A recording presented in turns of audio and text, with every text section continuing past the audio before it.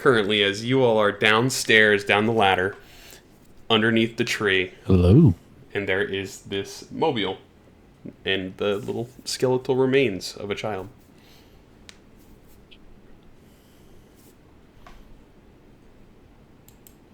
Good lord, what did I walk into? What Oh, do shit, so we're seeing this child there? Yeah, you see what looks to be the little tiny skeletal remains of a shriveled child that looks like it may have been here for years. I'm gonna look at the mobile. Is there anything particular about the mobile that stands out, or is it just a regular mobile with patterns, or are there like religious or arcana? Make a Arcanic. history check. The items here seem like they have a theme because they're very natural to some degree. And as you're sort of looking over the years, like you see different elements of flowers that are like sort of frozen in time. A little bit of elements of water and fire and other sort of symbols of those things into this mobile. And you sort of get the feeling that it is very like fey in nature. It seems like remnant of something that is supernatural to the earth.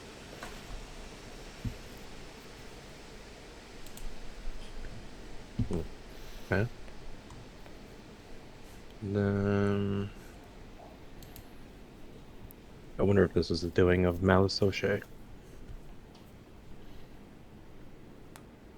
And you said the roots of this tree are protecting the skeletal remains of the baby? Yeah, they're like kind of getting close, almost like the arms of a parent to shield the child. Like if you were trying to reach into the cradle, the roots grow to try to protect it.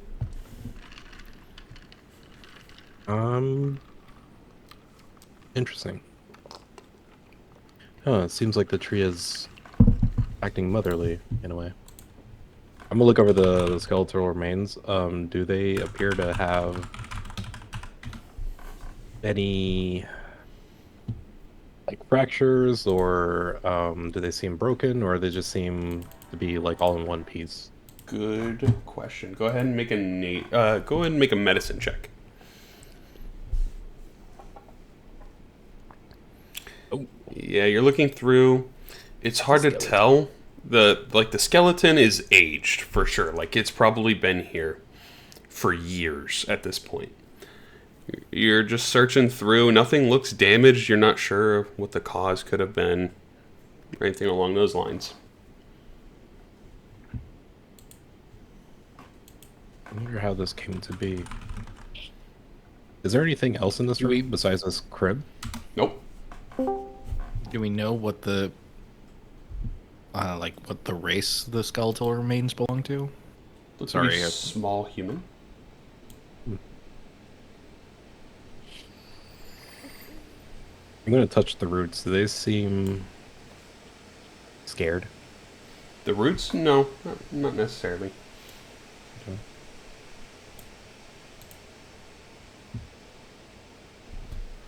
I'm sorry if I say or ask any questions that have already been asked. No, you're good. No.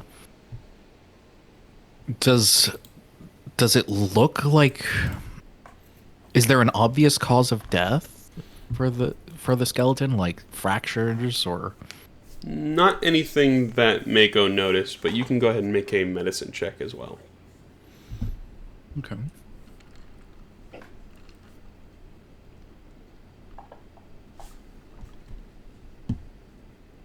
I think I'm just disturbed by the body. Yeah, you're nothing standing out. Same thing, kind of go hand in hand, pointing at things that you think you see, and it all seems kind of natural, just hard to tell. If you had to guess between the two of you, you're probably nailing it's been here for 5+ years. I'm gonna put my hand on the roots and just say, "Don't worry, we will not hurt this child." It's been here for 5 years, but the human woman was saying that her child was missing, right? Her baby? No, her daughter was the one that was sick that was taken. seemingly, by Malissosha. Do we know how old her daughter was? Yeah, she was the one with the stone heart who was about 10. Okay. So this is probably a different baby.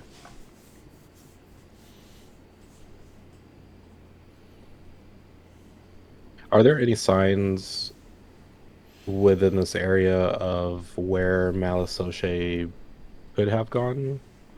Not seemingly. Go ahead, and if you guys are back upstairs at this point too, just kind of wandering around, pondering, trying to find answers, go ahead and make a survival check. As Marta, the mother, is also there with you, and she's looking around the inside with you and just wondering where they could have gone. And she will say, "She took it, didn't she? She took Philo." I'm sorry. Dan, it almost seems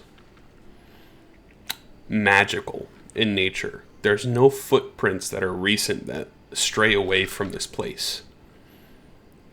It's almost anywhere. Oh, go ahead. I was just gonna ask, does she know anywhere where they may have gone? Gotcha. I'll answer that question after, because it's actually a very good question. The lack of trails leads you to sort of inspect the door. And you look at the door, and there's a couple of runes subtly transcribed on the doorway. I make out what they are. Make an Arcana check, and then I will answer Folwin's question during this.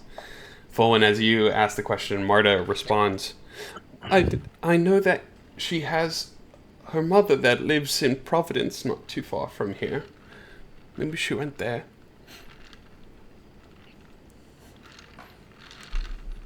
Where is Do she? you know any? Providence, you said? Correct. In my mind went to Rhode Island.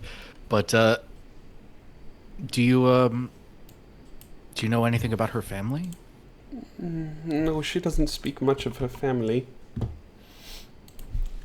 And then I will cut back to Dan. Dan, as you're looking it over, these runes, they look to be conjurative in nature, but you can't make out what they do.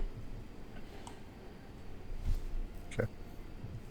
So let me pull up the Arborist map, so you guys can use that as reference.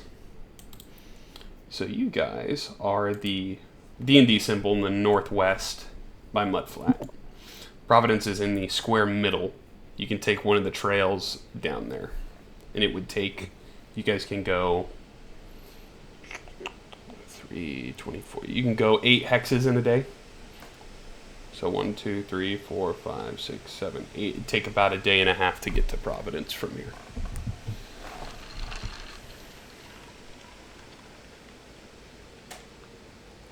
And this is Providence the place that has the child mayor? Correct. Do I know, like, is there a story behind that, or? No, it would have seemed recently. It is tradition? Mm-mm. Is it? The previous mayor was kind of like a figurehead that was unknown. They just kind of like was there with an advisor, and they weren't really known by name. They're kind of secretive, and then all of a sudden, this little girl was in charge. Little girl.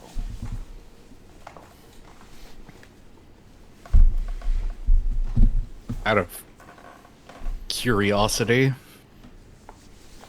Well, one, I guess, do I know, like, the description of the mayor?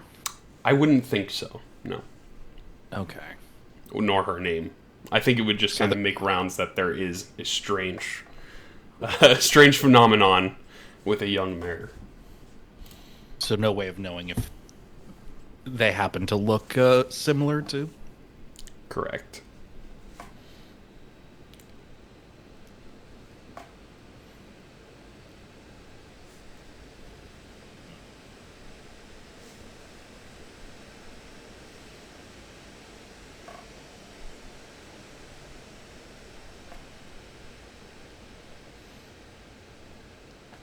As you all are sort of pondering too, Marta will look at you. You will find my child and husband still, right? Yes, Well, we will be on the lookout for them. Yeah, we'll look into it, ma'am. Oh, thank you.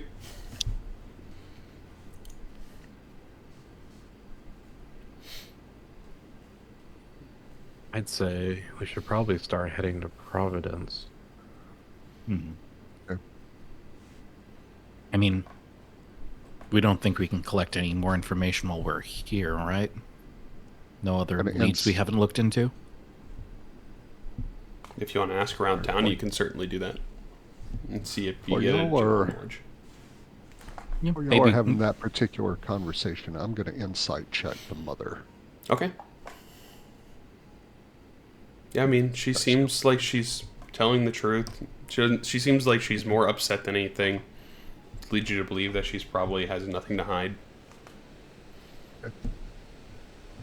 I guess if we could ask around town for I guess potential information on what's her name? Malisoche? Malisoche, sorry. I mean, you can do that if you would like. If you guys would like to do that, go ahead and make a group charisma check.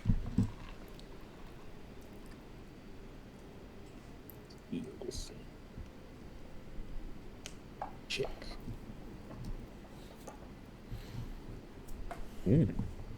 Nice, nice.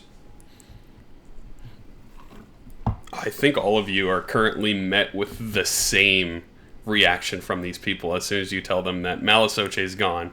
You're wondering where she might have gone and what might have happened. I think a lot of them start to panic.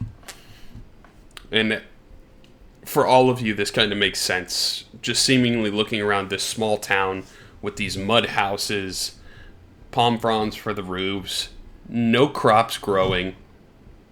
Malisoche provides for this town. They get everything from her. And now that she's gone, it leads kind of a panic. I think they would... How long has she been here? That was going to be Good my question. question too. Years and years and years. Since before most of these people have been born. Because these are all humans that live here. And you get the feeling that most of these people probably don't live to be too old. And she's gnomish, right? She is elvish. She has those elvish pointed ears and very fey features.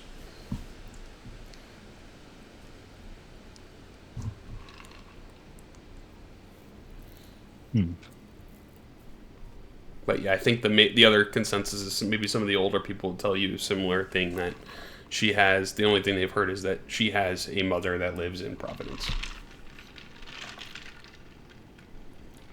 Why would she suddenly leave now?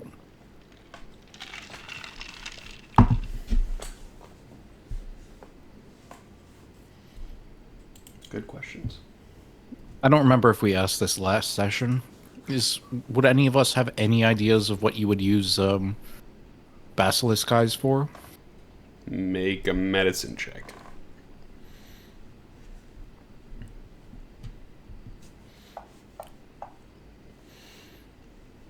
An alchemist could seemingly or feasibly use it to undo petrification.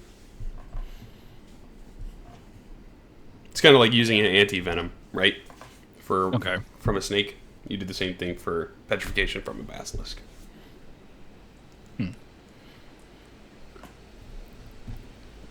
So at least you feel like Malisoche was telling the truth about certain things, right? It was probably very possible that there was actually a stone heart that needed to undo petrification.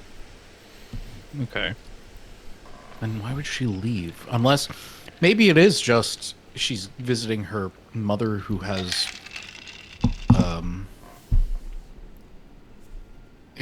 experience in this.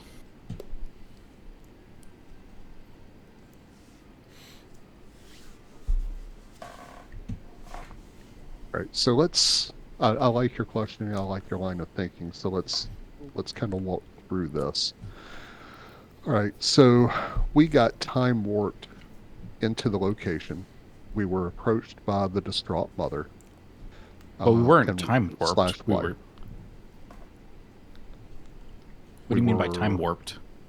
You guys, you were kind of like had an out of body experience. It's like you were unconscious, and your body came here of its own volition, without your control. Yeah. Yeah. Okay. So that's what I'm calling time warped. We were time warped here. We showed up. We were all kind of dazed and confused, getting oriented. We were approached by the distraught mother / wife. Her daughter was sick, if I remember right. Her husband went missing. We agreed to go find her husband, and she recommended that we start by talking to Malisoche. We talked to Malisoche. Malisoche said, yes, I am the benevolent overlord of this village. I protect them, I keep them safe, and I need your help getting an ingredient to make a remedy to reverse petrification. She said she needed the eyes of a basilisk. We agreed to help. We went to the basilisk cave, found the statue of the guy in the middle of the pool. We killed the basilisk, harvested the eyes, stole the guy's decanter, stole the guy's spear. We came back here only to find, after we gave Malisoche the basilisk eyes, we went and talked to the mother / wife, went back to talk to Malisoche, and the whole place had been empty. There was literally nothing left. We find the ladder to go downstairs into this extra chamber, and we find this crib with the remains of an infant. And there's kind of a supernatural element because the roots seem to be trying to console the child or protect the child, I think. And so now we are questioning where Malisoche went, and we're questioning what the basilisk eyes could be used for, if anything, other than reversing the effects of petrification on somebody. Is that a pretty accurate synopsis of last week and where we're starting this week? Yeah, sounds 100%. Okay. Yeah. To the details, Okay, the important and details. We also do know that Malisoche has a mother in Providence. Okay. So there is the potential of maybe her mother has expertise in this and she just went over there. I have no idea why she wouldn't tell anybody, but that is a possibility. Okay. All right.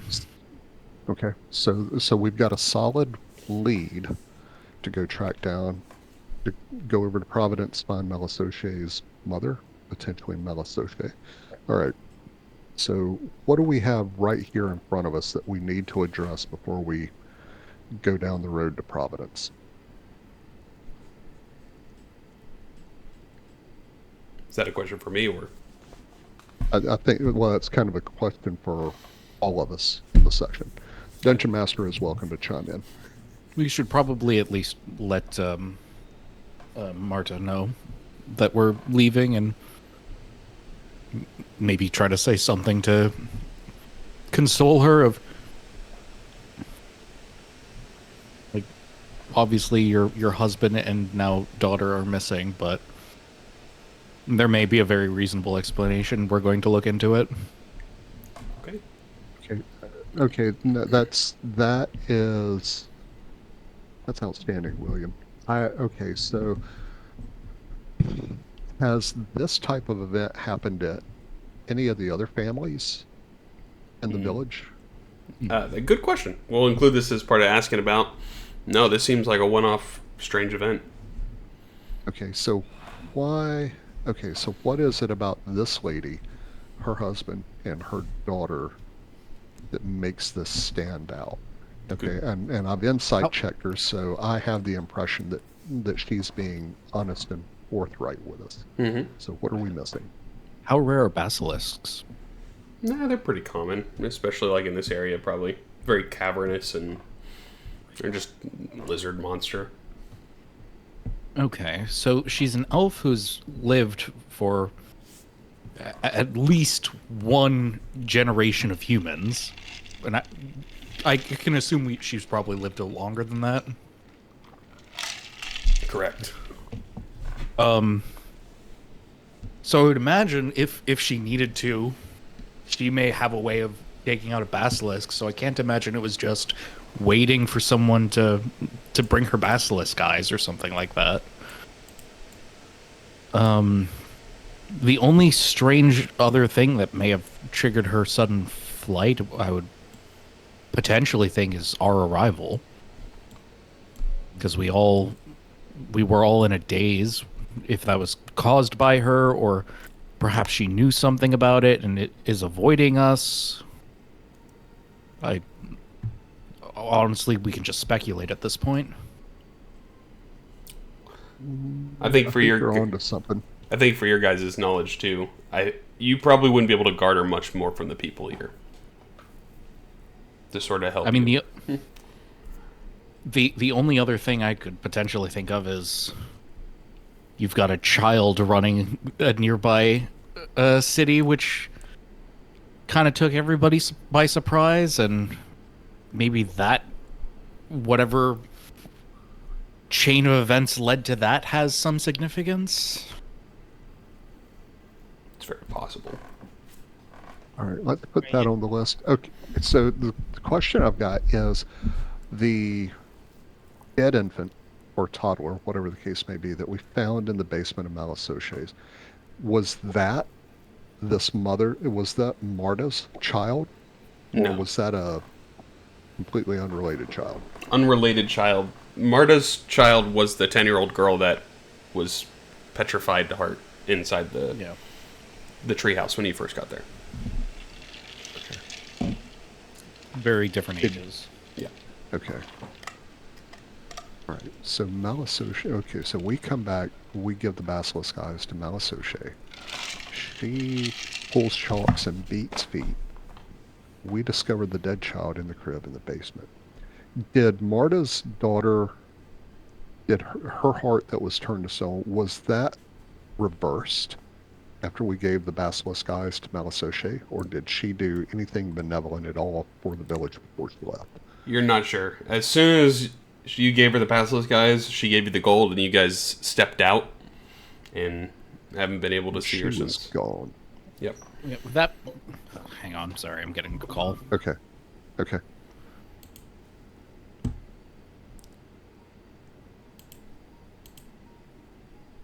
It's our best path forward, maybe, to go to Providence and get some answers there. Yeah. Yeah, well, I think I agree, because William brought it up. I think Vinny said it, and I think at least 4 out of the 5 of us are in agreement that we need to go over to Providence and chase that lead down. Yeah. One thing I would say is, before I got cut off, when you asked about benevolent acts, we do know she's been here for a generation. Okay. And has lived as an important part of the town for that duration. Right. Okay. All right. So we arrived. Okay, so it all revolves around us giving her the basilisk eyes. So, yeah, and William, I think you asked the logical question: what else could the basilisk eyes be used for? So, I think whatever she took the basilisk eyes for and just beat feet, it has something to do with that dead kid in her basement. That's what I think the two are connected. Yeah, and I forget, when I asked about, do we know the race of the baby? Did you say it was humanoid, or we just know it's humanoid? Humanoid. Okay. Yeah. It's kind of hard to tell with how small the skeleton is, if it is a human or an elf. There, obviously, the ears are not there with the cartilage, so you can't really tell if the tips are pointed or anything like that. Very small. Has anyone ever said anything about her having a child? Nope.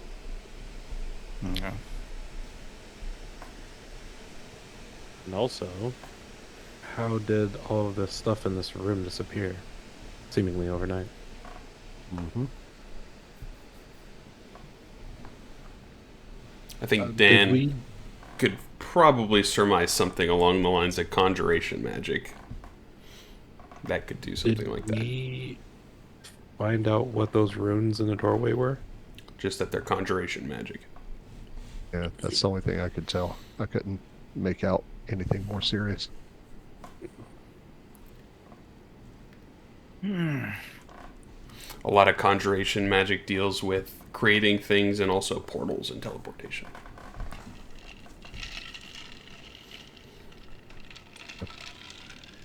Well, I guess.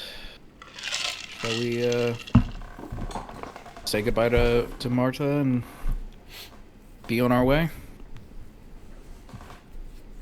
Yeah, I think so. Okay. As you all step by there and say your farewells to her and saying that you will do your best to get them back, she will cry out one last time to you all, "Please bring them back. Please." All right. Do I get anything off of her with that insight checking her reaction to us leaving? She seems genuinely upset. Okay. Something.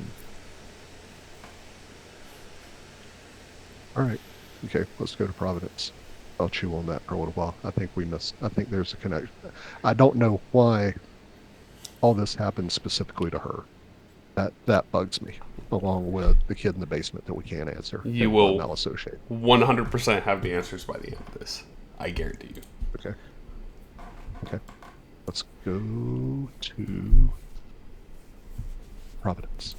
Okay. So are you all taking just the normal path down the trail and taking the split at the road to go to Providence over the day and a half journey? So, do we have a map of this area? Or Yeah, we just get told like what direction? You have this, and William is essentially your guide. So Folwyn is from this island. Yeah. So he'd have a rough idea of where you guys are at this point to be able to guide you. Same as each of you on your own islands.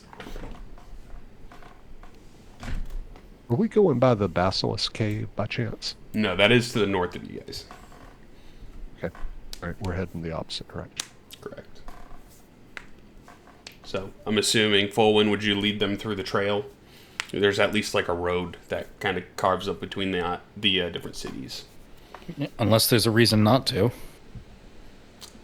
Roll a nature check or survival check. Your pick.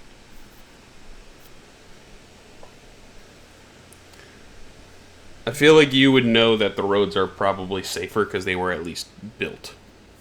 Yeah, I kind of figured it was more of just like, Why would we do that? just yeah. Obviously, you'd take the roads. Okay. Why would you want to go hiking through dense forest instead of just taking a road? So after about, say it's about here, about half a day of travel down the road, you don't see anyone coming to or from during your journey. You do hit a part of the road that is a rough patch. The road is all cracked up. There's massive boulders blocking the path. There's a fell tree. And it just seems like the road is severely damaged. This map was the best I could find in the moment. There would be other big stones and boulders and then lots of cracks in the road. And you will hear the ruffle of one of the trees as someone hears you coming. And they go, "Well, who goes there? You have to pay the toll." And as you see peering from behind this massive tree is a big blue one-eyed construction worker Cyclops. You pay toll so we fix road.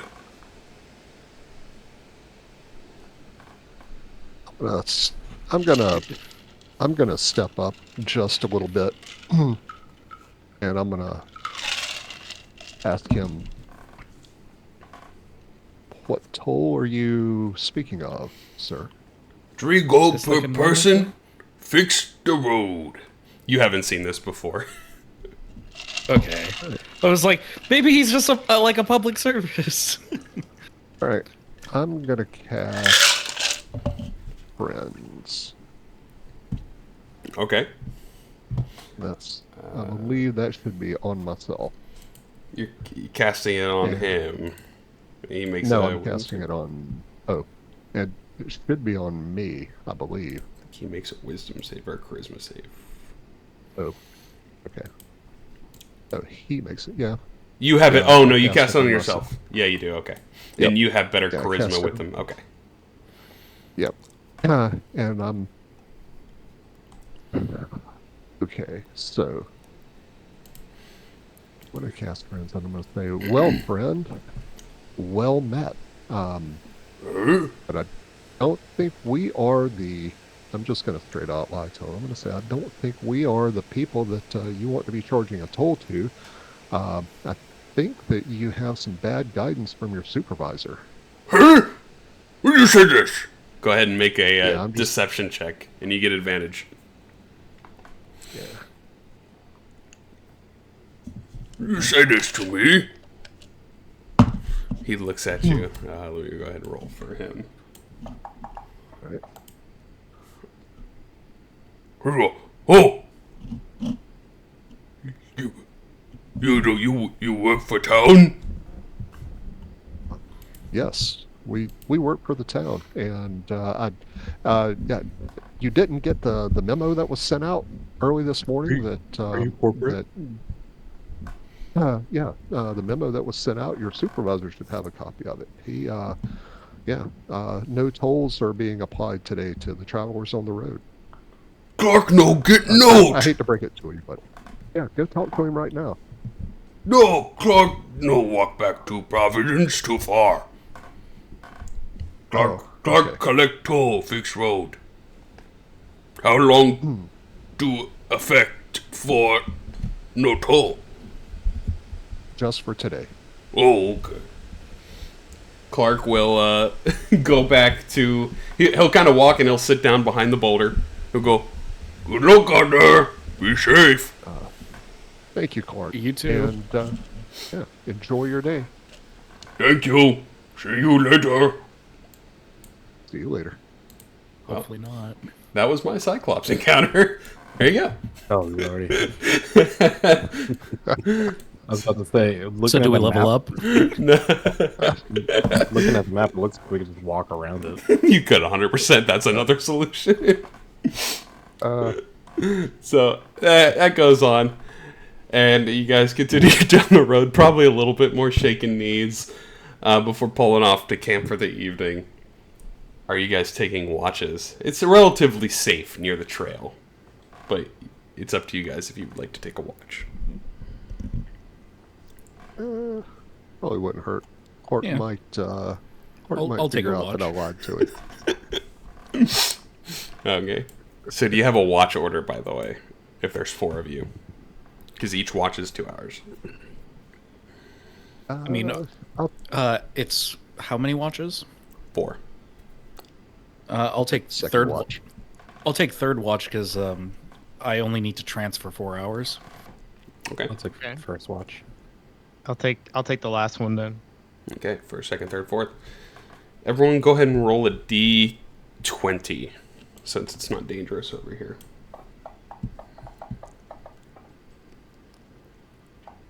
You've got to be crapping me. It's actually, like, perfect. So the first and second watch go by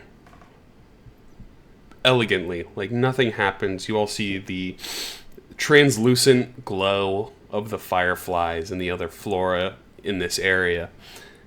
You guys are in this blanketed, heavy, thick forest. You can't see the stars from here, except for when some of the wind picks up and pulls some of the trees apart. It's very dimly lit down here all the time. And it's very serene and peaceful.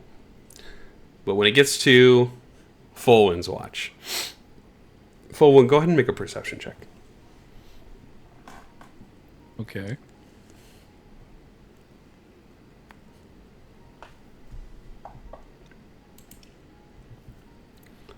full when the wind starts to pick up. As you're laying back, sitting, looking around, trying to keep watch, the wind pulling the trees apart, you see a little bit of moonlight peer into where you are, shining down on you, almost like a ray of the moonlight. And you look up into the sky, and you see something staring at you from the sky.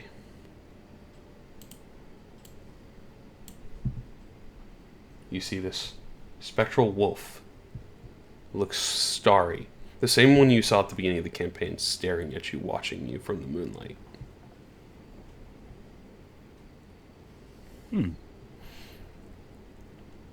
Does it seem on edge? It just seems like it's watching you, just like this. And as the wind closes off that moonbeam, it disappears.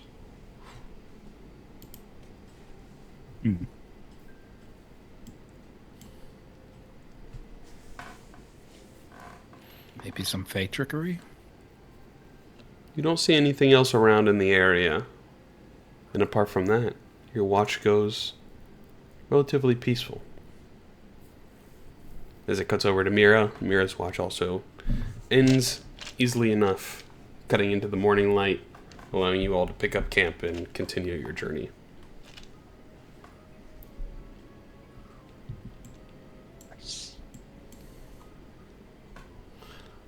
So, would you guys like to continue on down to Providence? Sure. Yep. Yes. Okay. You continue on down about half a day's travel. And this town is rectangular in nature. It runs east to west, and it's on that as like the long end. So it's stretched out, and it's a little bit thinner from the north to south. As you come in on the west side, you see what looks to be a small stone building, which you'd probably be able to surmise is the jailhouse. In the center of Providence, it looks to be a large square mayoral estate. Across the street from there is what looks to be an inn, and the far east side looks to be a little tented area where a magic shop is run out of. The rest of the town is filled with small houses that accommodate probably small families. So this is the small town of Providence. Are there elves here? It is kind of a mix of humans and elves in this area. Yeah. Maybe the occasional halfling and gnome. Okay.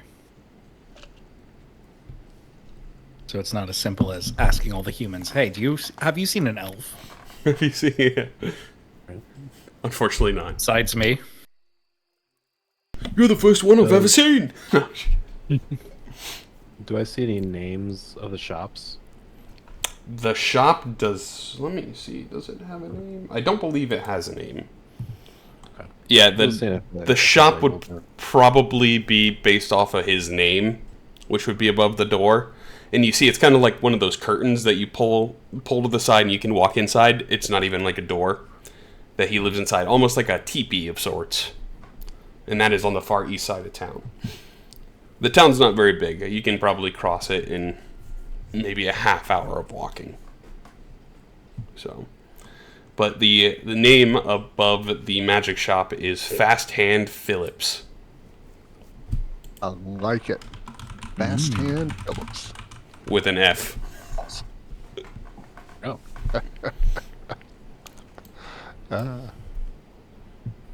Are we sure it's a magic shop? You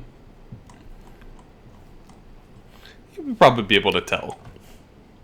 Looks very colorful, like red curtain. Makes our money disappear. He's got like Never those mind. Don't worry about it. those ornate like red carpets with the gold twine on them. It kind of looks like very Egyptian or like deserty kind of regal. So you see some mist pour out from underneath the curtain. So, where to first?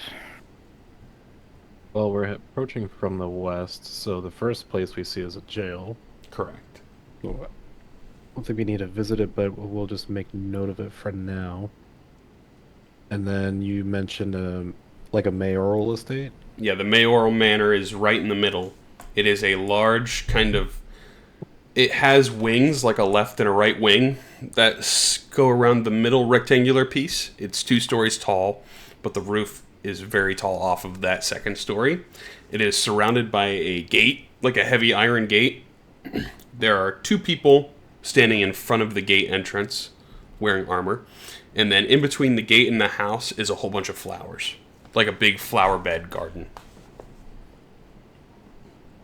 Okay. Like classic manor. Okay. Mm-hmm. Yeah. So if But we're honestly, looking I for wouldn't- answers, we could probably stop in there. I mean, I don't know how much a toddler could help us identify an elvish woman who hasn't been in this town for who knows how long. We can always check in with the tavern or the inn. It's a combo. Which Right. you see the name of it is the Golden Goose Inn.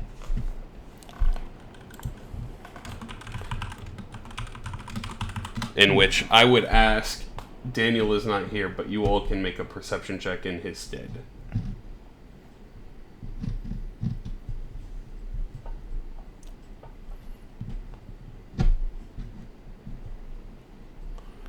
So it has like one of those wooden plank like signs that hangs in front of the door that says the Golden Goose Inn. And as Folwyn and Mira are looking at it, you can see what looks to be a little symbol scribbled underneath the name of the inn, but you cannot make out what the symbol says. Yeah, information. Unless you speak a certain language. Right. Which I think I is there was something else? I was gonna mention that. Well, the inn is usually a good way to get rumors and information on the current going-ons.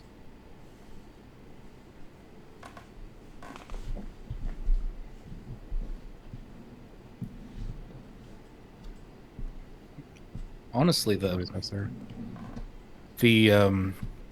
the difficulty of this is we have no idea about her mother, so we can't just go around asking, "Hey, do you know this elvish lady who is the mother of a Another elvish woman. yeah?" Well, I think your best descriptor going for you is Malisocho is a pretty old elf, so you're looking for a pretty ancient elf at that point. That's gonna be my point. We could just ask if besides us, any newcomers have kind of recently blown into town with a child. The thing is, she didn't. She teleported, probably. Probably. You could have teleported outside of town and walked there. Probably no. But she took all her stuff. Did she teleport outside of town with all of her stuff and then had to carry it all in? Her whole bed. Imagine. I would hire her for Moving operations. Yeah. Hey, what do they have? Those like sexy stud college movers, and then it's just old woman college mover. sexy hags moving stuff. Retirement Excellent home jump. movers. Geriatric movers. Boys, I think we have a business idea. If adventuring doesn't work. 2 hags and a bag of holding moving company. Oh, inspiration. Inspiration. 2 Hags LLC. 2. That's a good one. So, where would you all like to start? You got 4 places.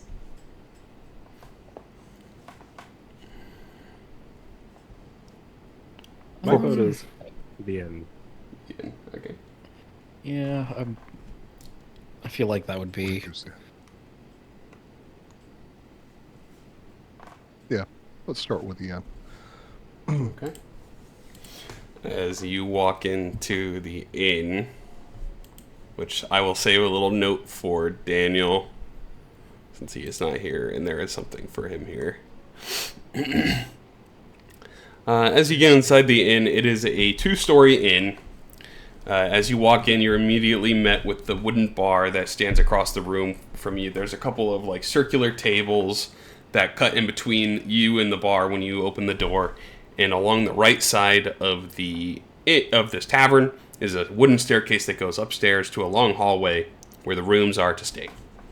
As you see, opening the door is a rough, middle-aged man with a short brown hair. And he goes, "Welcome, I haven't seen you guys around here before." Well, we just got into town, so I'd imagine, yeah.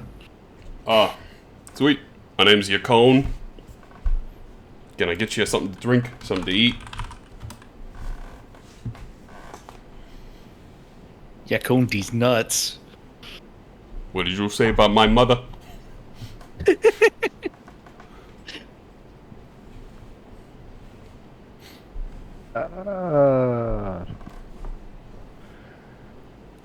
Okay.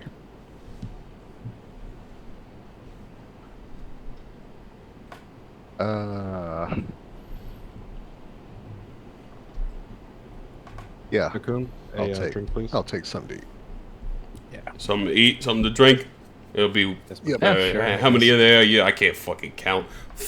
It'll be 5 silver pieces for all of you. Fuck it. And no, for all of you, just total. Oh, okay, so it's a silver piece? 5 silver pieces. I'll yeah. give him. I'll pick up the tab. I'll give him 1 gold piece and tell him to keep the change. He'll go. You looking for something? As he's like, I'll be right fucking back. He goes like behind to the back room. He comes out with a couple of like cabbages and cooked sausages that were already pre-prepared for the day, and he gives you a couple of ales that was poured fresh off the tap. And he slides them over to you with the food. And he goes, "You didn't come to this town to fuck around. Let's be honest. What you need?" I'm looking for kind of an elderly elfin lady. Looks kind of haggish, and probably has her hair done up. Maybe not really done up, but probably got a bone in her hair holding it together. Carrying probably a load that's a little too much for her, or appears to be too much for her. So she has says her mother lives here. Potentially she traveling with a 10-year-old? Yes, and she would have arrived in the last 2 days or so for us. You're not talking about the mayor, are you? 10-year-old mayor. Her grandma helps her out. She got an advisor with her. That may be exactly who we're talking about. Yeah, I mean, she got close eyes from her grandma, so I'm assuming maybe Malasoche and the other lady is connected. That You know sounds like Malasoche? weird. Yeah, he wouldn't know the Malasoche name. That was me implying it, but Oh, he'd be okay. like, Oh. so you know that lady, and it's probably the same. Okay. Thank you, Mutt. I had to clarify that. That was definitely a slip. We appreciate it. Well, that might make things very easy. I mean, you can't just stop in and see the mayor, though. She got a temper. You pop in uninvited, or without something that she wants, she throwing your ass in the jail. Easy as that. It's all good. It's all good. We appreciate you giving us a heads up on that. We will be on our best behavior. Easy does it. I hear there's something that the mayor likes that if you bring it there, you'll get whatever you want when you go. Not sure what it is. It's only a rumor. I mean, she's 10. Yeah, What is a well, that 10-year-old rumor- like? Okay, yeah, I'll be honest. I'd heard that the mayor here is 10 years old, but so she seriously is a 10-year-old. Like, is she just really mature for her age? Like, is she just a 10-year? How did this happen? He winks at you. She's the smartest girl I done ever seen in my life. I'll slip him a gold, and I'll say, "What is this item that we need to bring?" I wouldn't be able to tell you, my friend. Never been in there. I try to avoid the mayor. I try to avoid everything going on there. To stay across the road there. I don't want to get thrown the slammer for fucking existing. I don't know. Maybe it's candy or chocolate or something. Very possible. She's 10. You walk in there and it's not what she wants, though. You getting in the fucking slammer. Understand. So this young lady has a temper then. What are you talking about? She's a great woman. Yeah, you're afraid of her. What are you talking about? She's a fantastic lady. Insight check. Roll an insight check. And I'm like going to You can't tell. I'm gonna take one. All right, so I'm gonna take one gold piece. And basically slip it in the counter I'm seeing, and then I'm going to. 3. I have This 3. guy's going to be able to No, retire you- after we finish talking to him. You all have given him And- 3 so and- far. So is he like talking to us like behind this counter? Yeah. He's standing across the counter, sort of serving you like a bartender. All right, so I basically try to go to hear whispers like, whisper, are we being watched? Who fucking knows? And I'm like, do I believe him? Give me an We're the insight ones check. who are acting sketchy here. Yeah, Dan. He has no idea, but he doesn't want to test the waters. Same Do with I you, believe Mira. it? He seems very vocally known that he's being sarcastic about certain things, but he honestly doesn't know, and he's kind of just not. He doesn't want to take the risk if it is right. The 10-year-old rules with an iron fist. Always.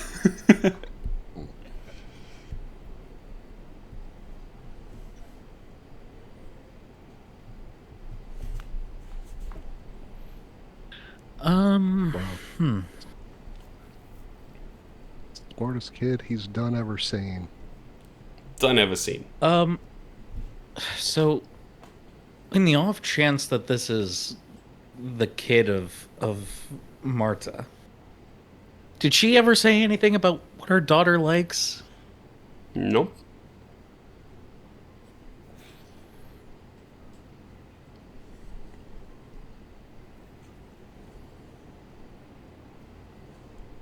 I have an idea. If we walk back out there, and walk past the manor, I might be able to surmise the item that we might need to get. Interesting. It's worth a shot. Maybe it's flowers. There were a lot of flowers growing out in front. Give me an insight check.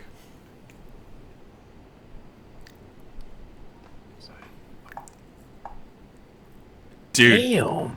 1 in 400 Wow. chance, 2 in a row. You are just not here right I now. mean, I can't deny you this because you're right with the idea, the train of thought. You assume that it is a flower, but then you sort of hit a gap in your own thinking with this one where you're like, it's definitely a flower, Ugh. but you don't know what This kind. ale. This ale is It's a little sour. it's one of those new kinds.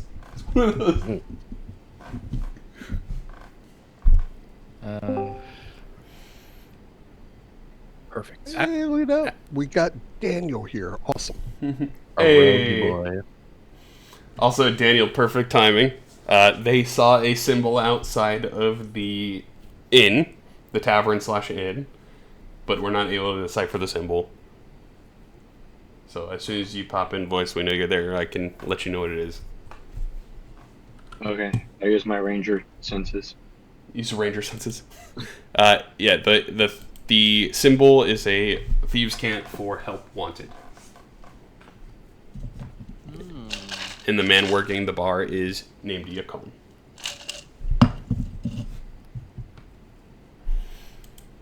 He's nuts. Wow. And you're trying to surmise what the 10-year-old mayor might like and or find some way to get in with her audience. Out of curiosity, being a guard at Petalsburg does not give me pull in other cities, does it? Probably not. Okay. You probably would have reported to some degree of like deployment of the capital, Evergift Glade, but probably not here. Okay.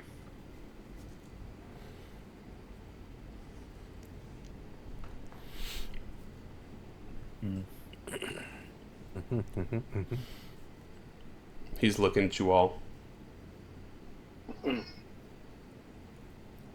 The mayor or the barkeeper? The bar man, Yacone. That's where you guys currently are, is just within the downstairs of the bar. The upstairs is a inn.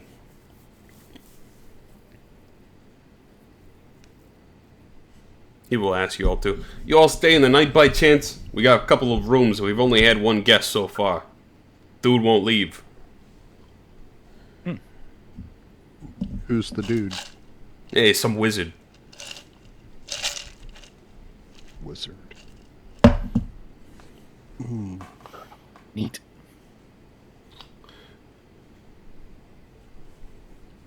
Yeah, I would imagine we're staying the night. I mean, if you guys all stay in the night, I'll give you guys a room. Fuck it. You guys have paid me enough. I don't give a shit. You guys can have 2 upstairs. You all bunk together, I'm assuming. And then he will... Only when it's cold enough.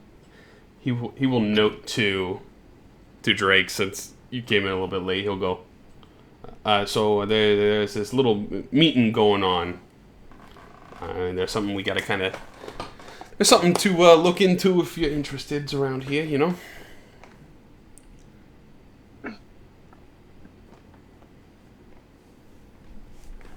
Where? Yeah.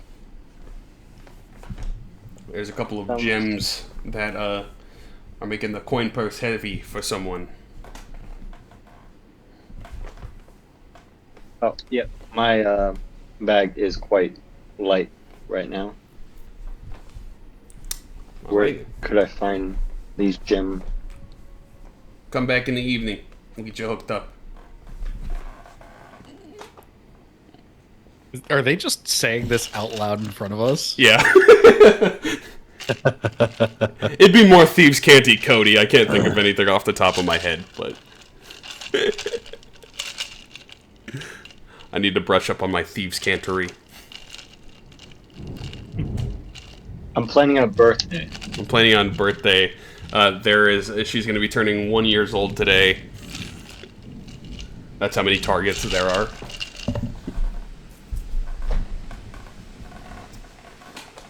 Something along those lines.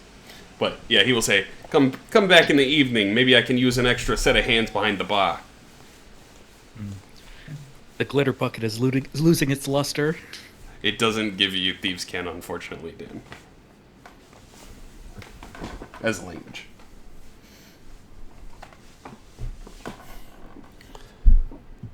No, I wasn't really looking for the thieves' cant language. I was just looking to see if that aspect would help Maybe get make like the conversation with this guy easier. Oh yeah, I mean, possibly to some degree. Makes it easier to talk to, but he seems a pretty open individual. Yeah, okay. I'm just trying to do some things differently with Dan that I don't normally do with my other characters because I almost always play a fighter, so I got you. I'm trying to exercise some of those other things that normally lay dormant. So that would be mainly for you and your individual, but this, it might help you sort of with communications and how to talk with that kind of stuff with this individual too, but he definitely does seem to be thieves guilty to some degree, and he doesn't seem like he tries to hide it. Okay. Yeah, might be a reason for that. Alright, so I'm interested to find out who this cat is in that room upstairs that doesn't want to leave. So, Why? It's just some wizard dude, right? this is Dungeons and Dragons. There's conspiracies, crimes, and danger wizards everywhere. Yeah, there is a He's a conspiracy. The conspiracy is there's a missing child. If you're looking for something to help with the mayor, maybe you could go check out with Philip. I'm sure he's fucking magic. I mean, he's got to know something, right? Sure. That'd be my guess. Sure. I'm new to the town. He might have something I can afford. I'm sure he He does. might charge me just for walking in the door. Oh, Right. Philip wouldn't do that unless you just gotta check your pockets. They don't call them fast hands for nothing. Or is fast hands a little sticky? Who knows? All right. So we've got rooms secured. We've had something to eat, something to drink. We've got at least a semi-reliable piece of information about approaching the mayor. Drake finally caught up with us after he decided to dilly-dally out in the forest. So He got stuck with the we appreciate Cyclops. yeah, he got stuck with the Cyclops. He had to pay the toll. So, all right. So what do we do? No, so, okay. So we've got the primary mission is to go talk to the mayor, see if we can identify Malasoche. We've got Estan Philip that we need to go talk to, and then we've got this crazy wizard that's decided to hole up in a hotel room and not leave. So, all right. Out of We have a whole curiosity, night of adventuring ahead of us. The manor. Yep. Is it possible to see inside from outside of the manor? Good question. You cannot. Not even the second story windows and the first floor. You can't see inside.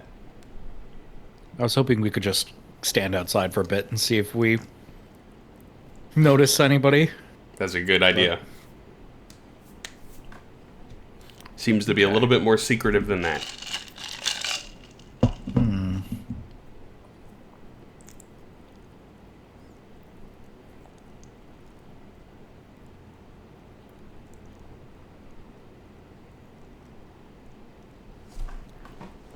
Okay.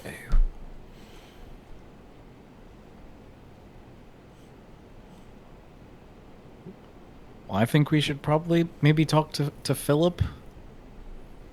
Just because he was the one who was brought up. Unless you really feel like you want to talk to the wizard, we can. No, I want to say I think the wizard is. I don't think that's imperative that we talk to him just yet. I do think that was my question. That was going to be my question: is do we want to talk to Philip first, or do we just want to go talk to the mayor? I think we talk to Philip first. Yeah, considering the fact that there's the potential of us getting thrown into prison if we try to talk to the mayor. Correct.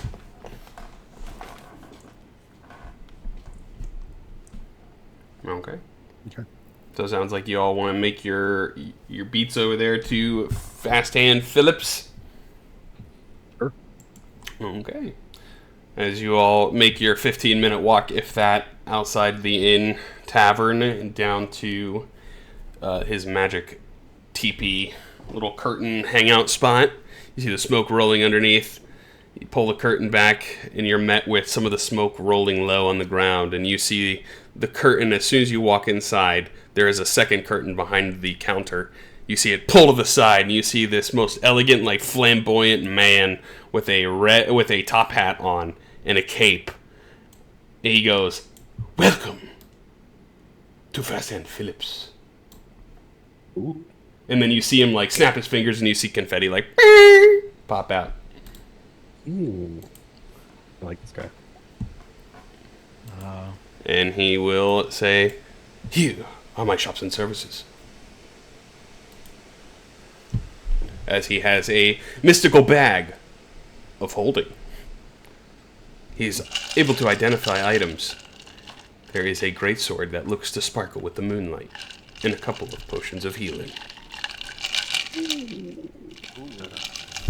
little spicy for my taste. A little expensive. Would like your identification service, please. Oh, certainly. What would you like me to identify? I'm gonna bring out this refined Gothic spear. Okay. As soon as you pull it up, you see it's already out of your hands and on the countertop. And he snaps his hand, and you see confetti pop out. He'll go, "That'll be 10 gold. In 10 minutes of your time." I will give him 10 and 10. Okay. As he pulls out a pearl, he like snaps his hand, and you see from where the cards were in his hand, it disappears, and he's holding a pearl. And he holds it up. And 10 minutes goes by of him staring at it. He's like, "I got it! It is a spear of aberration slaying. It's very good for fighting ghosts." Something tells me, when you found this item, it was not used to fight ghosts. Is it only good for fighting ghosts? It's magical, so it overcomes weaknesses. Okay. But it gets a +1 if you're fighting a ghost. So some dude was just like, I need a magical item, so I'm gonna choose this one. It looks cool. And then he tried to fight a basilisk with it. Yeah. Because the basilisk didn't have resistances, did it? It did not, no. So it's not even like a +1. It's just a spear that is Good at fighting ghosts. If it gives you a +1 if you're fighting a ghost. okay. And I can't be frightened by an aberration. Correct. That too. So the ghost okay. visage doesn't work on you. That's pretty good. That is really good. Unfortunately, it did not stop petrification. Yeah. I'm starting to wonder if the guy even knew what he had. Alright. Who had the other item, and would you like to get that one identified? Because he will say, I can do a discount if you need another one.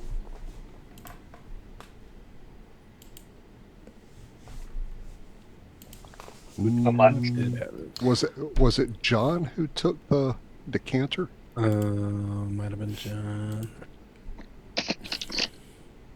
Drake How has much it. to identify this non-decanter of endless water? I will say 1 gold piece. Ooh, buy one, get one 90% off. I like it. He pockets the gold piece and he immediately knows what it is, so he doesn't have to cast Identify. I was going to say, so do you pay the 1 gold piece? Yeah. Drake, yeah. So, you pull out the decanter, you see it disappear from your hand and appear on the counter, and he looks at it. He pulls out the pearl. You can see him go, humana, humana, humana, humana, and then he goes, it's a decanter of endless water. You would probably at this point assume it was stuck on fountain, and it was just pouring out 5 gallons of water at a time, and that eventually led to the pool that you saw in the cave. Okay. Well, a decanter of endless water could be very useful, especially if we're like in the middle of the desert and we're needing to drink. Yeah. Or if we're in the middle of the ocean and we need fresh water.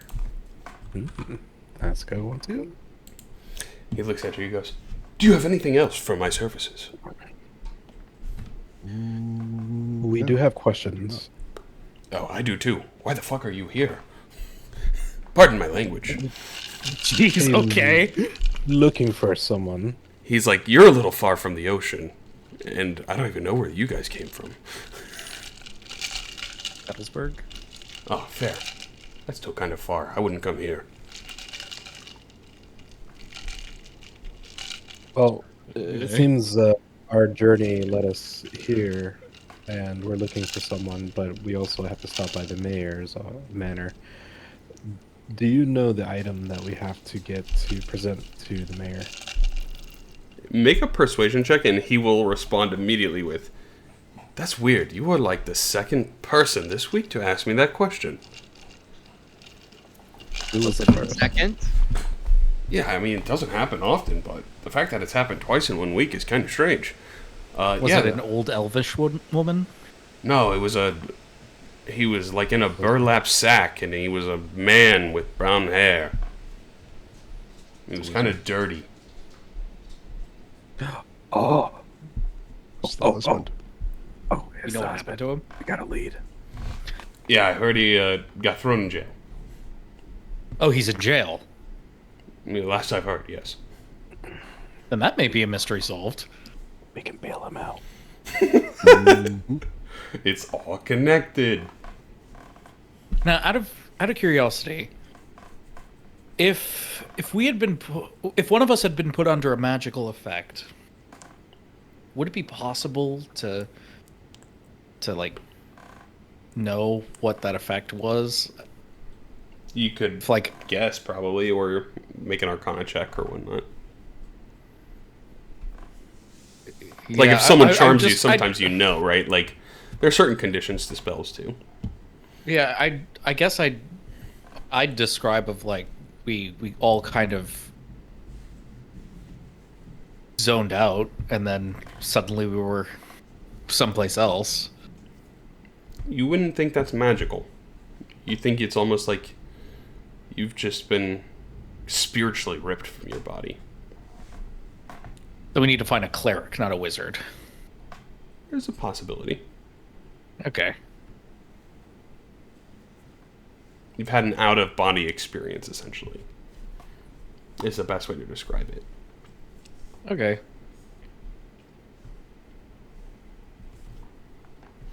He looks at you.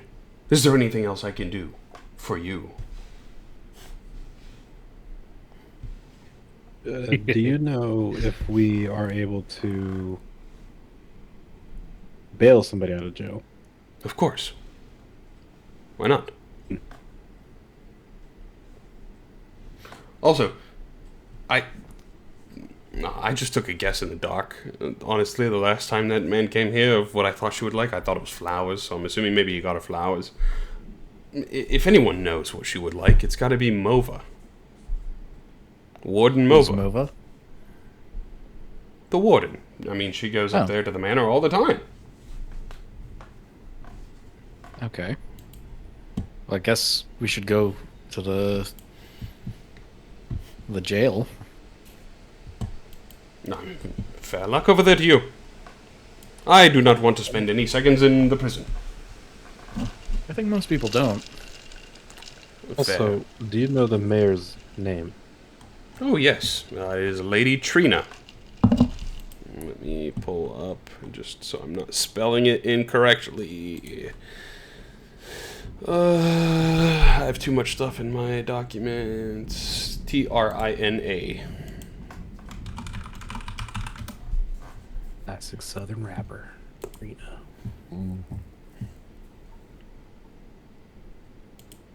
Which you also note is not the name of the little girl that was in Mudflat. Right.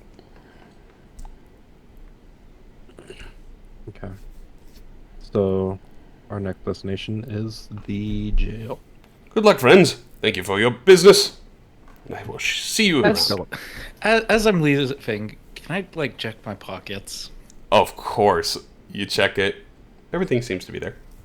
Okay. But you do hear a slight chuckle from him as you check the pockets as you're leaving. Well, didn't the bartender like say to check your pockets around him? Yep. Did he? Yes. He did. Oh. But you do I hear gotta a check my slight pockets. chuckle. As none of you find anything is missing, you do hear him laughing. He thinks it's hilarious. That he thinks that you guys think he's that good that he got in your pockets without you noticing. And Dad, same thing. You're like, oh, he just finds it a little humorous. He's very perceptive. And he's Okay. very dexterous, obviously. But it's all a facade. He's like a street magician, effectively. As you see it, you step outside of his red and gold curtain tent. You see some of the smoke start pouring out behind you again. And you just hear the pop behind you as some of the confetti explodes. I got a sale! As you can hear from inside. So, He Got seems- one. got one!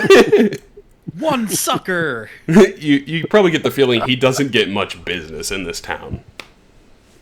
I mean, not many people are coming here for magic item stuff. And I imagine his stuff is kind of expensive for most people. 100%. Alrighty. But yeah, he seems like a jolly sort. So you all are making your way over to the the jailhouse, correct? The Providence jailhouse. Okay. As you make your way over there, you have a heavy stone door shift open into a rectangular building, and immediately you see, oh God, not another one! As you see this grumpy, heavy-set, brown-haired woman in full armor, and then she sees 5 of you walk in, and she goes, Oh, this is different. She will... Hello, state your business? I'll put up my hands and kind of like yeah, we're harmless. Promise. I don't know if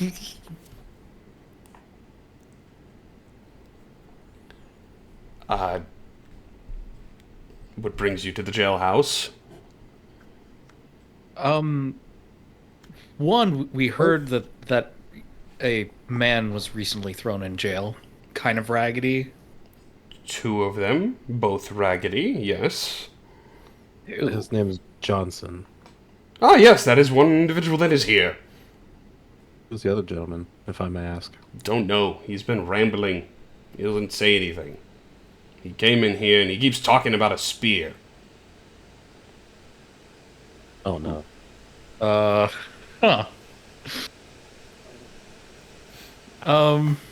Well, would it be too much of an inconvenience to let us talk to these 2 individuals separately? But we would like to speak with both of them. Mr. Johnson, we do have some business to conduct with him.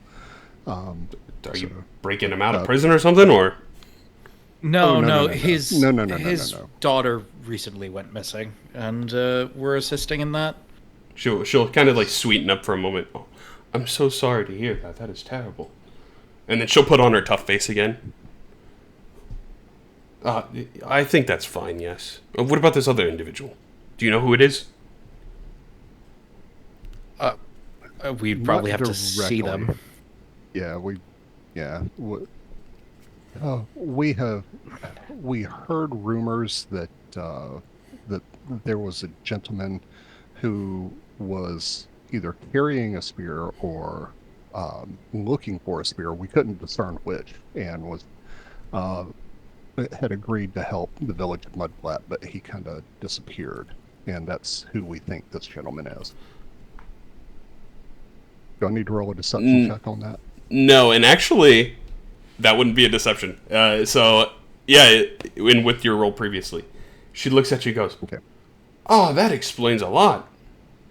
Yeah, I heard that there was some individual going up there to help, and he disappeared. And here he is. This must be him. Good stuff. Okay. Mystery solved. Oh, Yeah, how about that? You're free to speak to them. You hit the nail on the head. He was an quote-unquote crappy adventurer to go up there to help.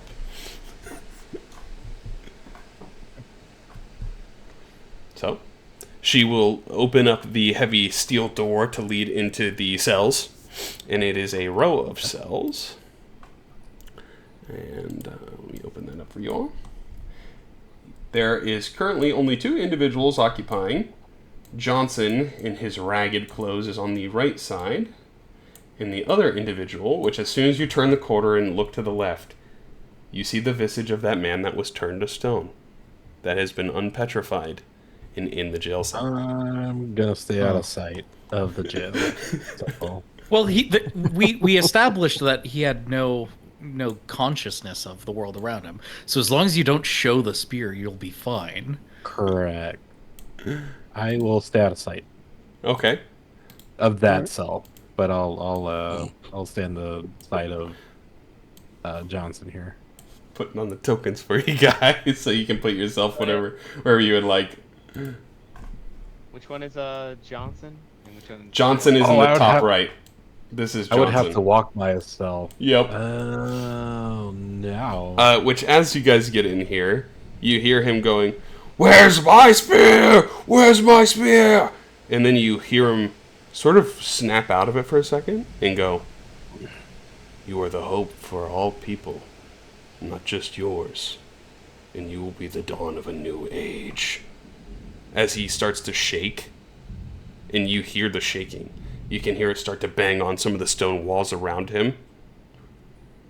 The dawn of a new age. As you see his body rip open, and this demon pop out of his body. No! We're gonna roll for initiative. Fuck you! What the fuck just happened? I'm down with that. What? The devil? What the devil? Ooh, not 20. Yeah, I'm definitely thrown off. You didn't expect that one, huh? No. I wasn't expecting a Did you get demon the to two-handed randomly spear? sprout out of a guy's body. He get chest burstered. It's funny that we were just talking about how this person, you didn't really have any plans for this person who was petrified, and suddenly now he's part of this adventure, being torn in half by a demon. Yep. Just some dude. So some dude. It fits in. There's a reason. So, Dan, you see that... Oh, let me pull up the picture. This dude is gross. I've never seen this one before.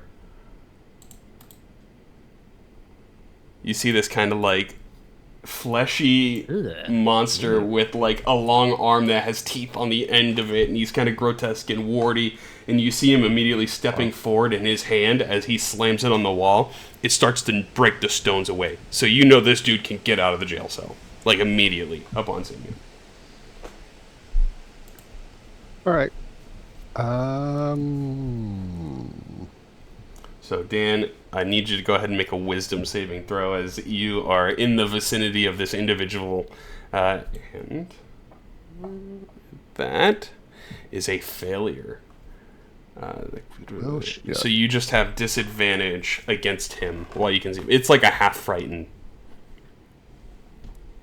So you just have disadvantage. You can still move towards him, but it's disadvantage on attacks. All right. I'm gonna move 1, 2. Disadvantage, huh? The frightened should Did do you it for put you. that? Yep. Okay. All right. I'm gonna cast Firebolt. That hits. You see him reel back. He resists some of the fire damage, though. He looks at his burning flesh and he wipes it off. Even.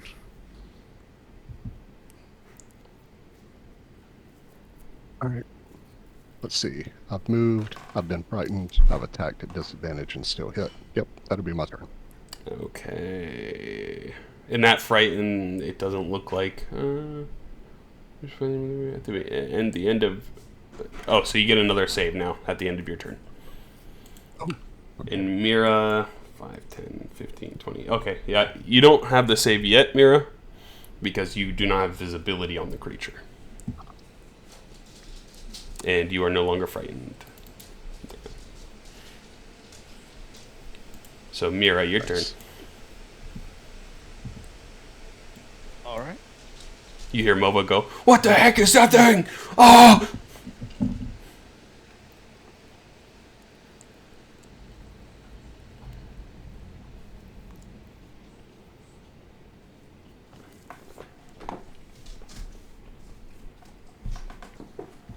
So I'm gonna go kind of approach whatever this is. 20. Is the jail door still there, or? Currently, yes. So you'd have to attack through it or hold your action. But as you do turn around the corner and see the creature, you have to make a wisdom save, which you succeed and are not frightened. That's 2 nat 20s in a row. Holy cow. You are not frightened of this creature. And I'm like, oh wow. As I'm surprised, but I'm like, even though I kind of can, my greatsword can still like go through the bars, but I'm like, it's not. I don't think the range is good enough. You can hold if you would like.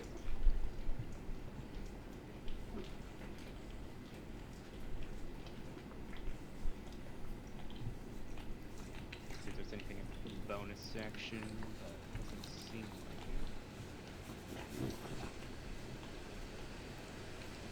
it. Can I tell like what kind of creature this is? If it's like Make a religion check. fiend undead, okay.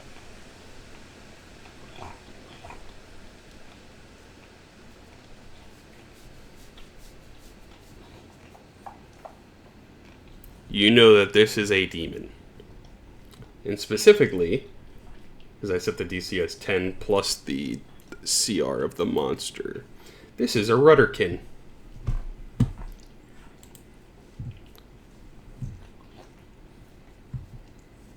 A demon that can poison you. And if you die while poisoned, you're dead. Only can be revived by a wish spell. Oh.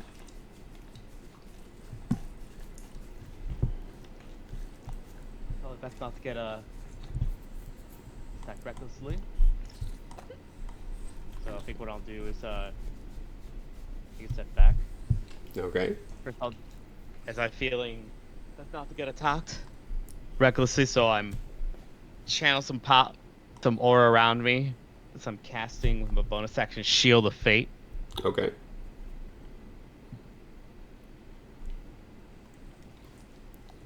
And I'm gonna hold my action. Okay. To What's the trigger? basically, if somehow the creature comes through, which I don't really expect it, but it could happen. Then I'll swing with the greatsword. Okay. Is that your turn? Is the greatsword's range like 5 or like 5 feet or 10 feet? I think it's 5, buddy.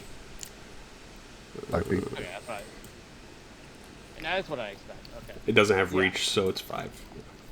Okay. Ready. Yeah. I'll just hold that and end my turn. It is not very quick, but it moves 5, 10, 15. It runs up and slaps the door, the steel iron door, with its arm and throws the door right off the hinges towards either Mira or Dan. So I'm going to roll for it.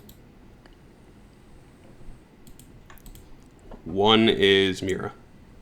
So Mira, as he runs up, he slaps the iron door so hard it flies off the hinges towards you. So we'll see if this hits. Which the Shield of Faith do, by the way.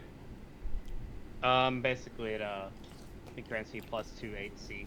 Okay, +2 to AC. Gotcha. As a 22 to hit.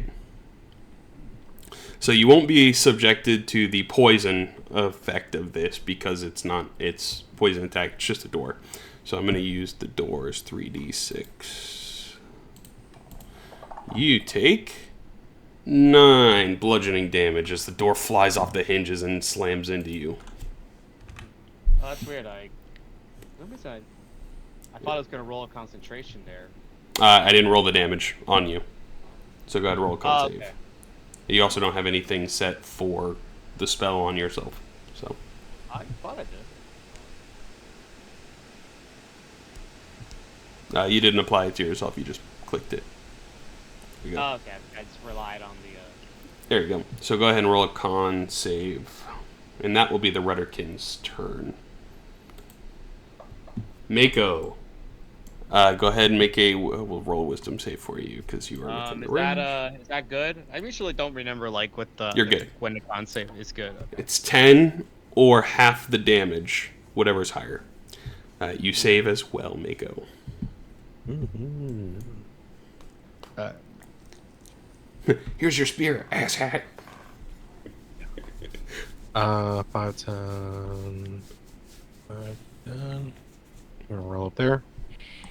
And I'm gonna smack him with a spear that he so wants. So bad. He goes, "There's my spear!" As you're slapping him with it. Oh, a 6 on there. Yeah, that's pretty good damage. Heck yeah, I got key points now.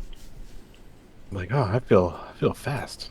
I'm gonna use Flurry Blows. The way of the water. Second level. Yep, Flurry Blows. I'm going to slap him twice. The teachings of your sensei rings through you as you start punching this monster. And that one on the second one unfortunately misses.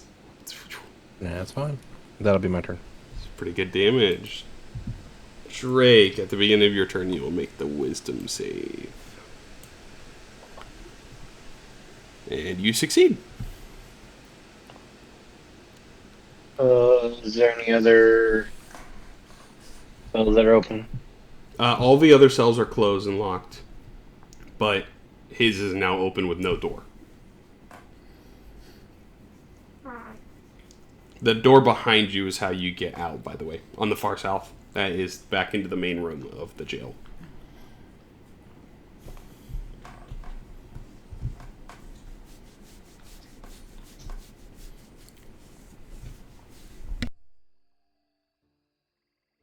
And do we think the wizards are good or bad? The what? The other guy that. Oh, in the top right? Yeah. You believe that is the husband, the missing husband. The wizard was the guy in the inn. Correct. He's upstairs in the inn. Well, not upstairs. We're not in the inn. Well, he's upstairs in the inn. You guys are in the jail.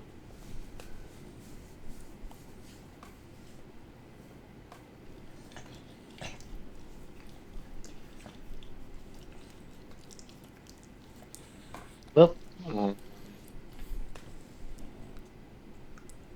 I will hit him. Try to hit him with my bow Okay, if I can. go for it.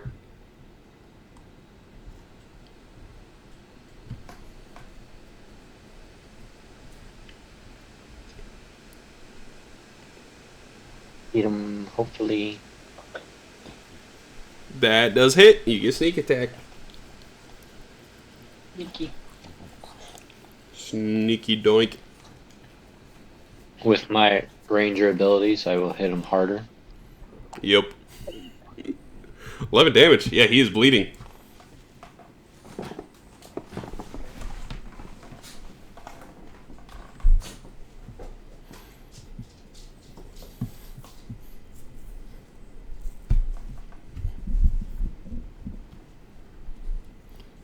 I will then try to hide. Make a stealth check.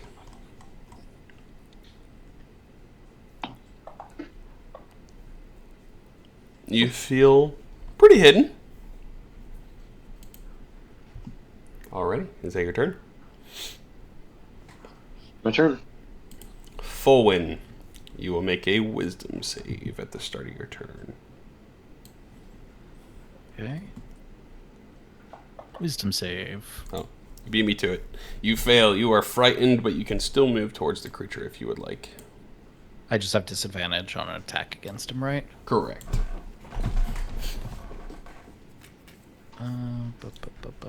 Bum.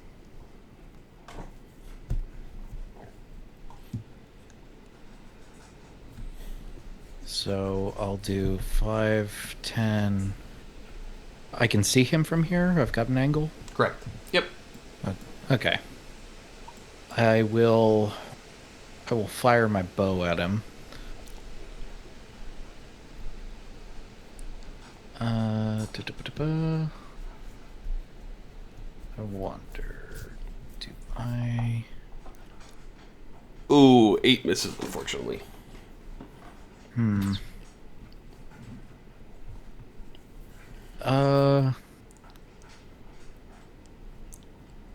don't think I want to action surge. I'll take a step back, I guess, or I'll go back to where I was. Okay. And end my turn. Alrighty, you get a wisdom save here at the end, which you are still frightened. It is going to use a legendary action. Just kidding, Dan.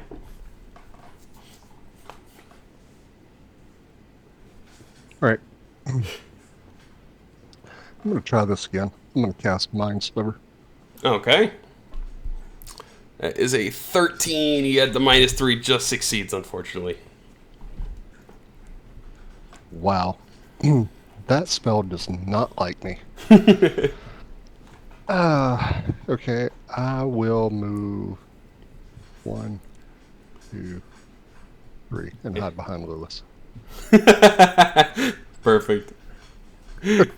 That's my turn. Sweet. Mira. Well, I guess an opening has been made. An opening. The good old Fire Emblem crit quote. An opening. Who says that one again? Half the cast. All right, so it's gonna go in. The bonus section we have one, so it's gonna have to. Go Come in on. and- You smite this guy out of oblivion. Yeah, attack the great sword.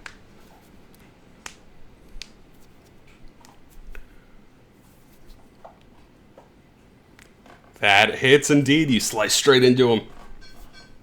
Alright, might as well mention it, so might as well try it. I think on a hit, I can use my spell slot to do Divine Smite, and depending on what it is, it can either be less damage or more damage. It is a fiend, so it does take more damage, I believe. So, okay. Yep. It'll figure it out itself, so it is a fiend, so it does get the 2d8.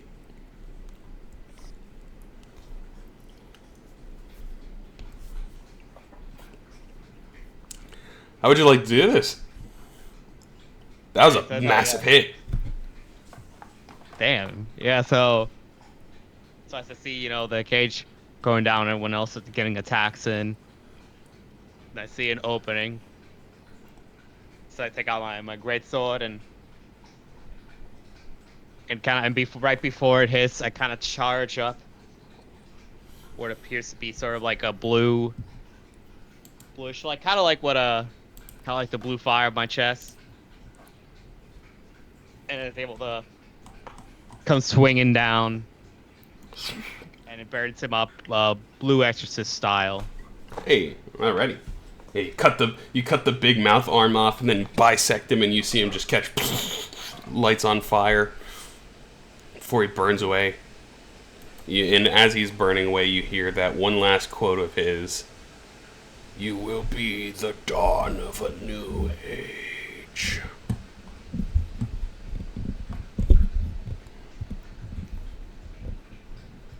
You guys are out of combat. What the fuck was that? What I'm wanting to know. You'll see Moa go, "What was that shit?" Okay, so that's not normal, right? No. Does that? I've never seen anything like that before. Now I gotta fix the gate. Yeah. This is definitely not normal. She'll run. You'll see Johnson in his cell, like, shaking. He's like, "What was that thing? Are you guys okay?" Yeah. You see he has, like, a little bit of urine dribbling out of his burlap sack. God damn it. Oh my god. Thought we were all gonna die there. Well, luckily we didn't.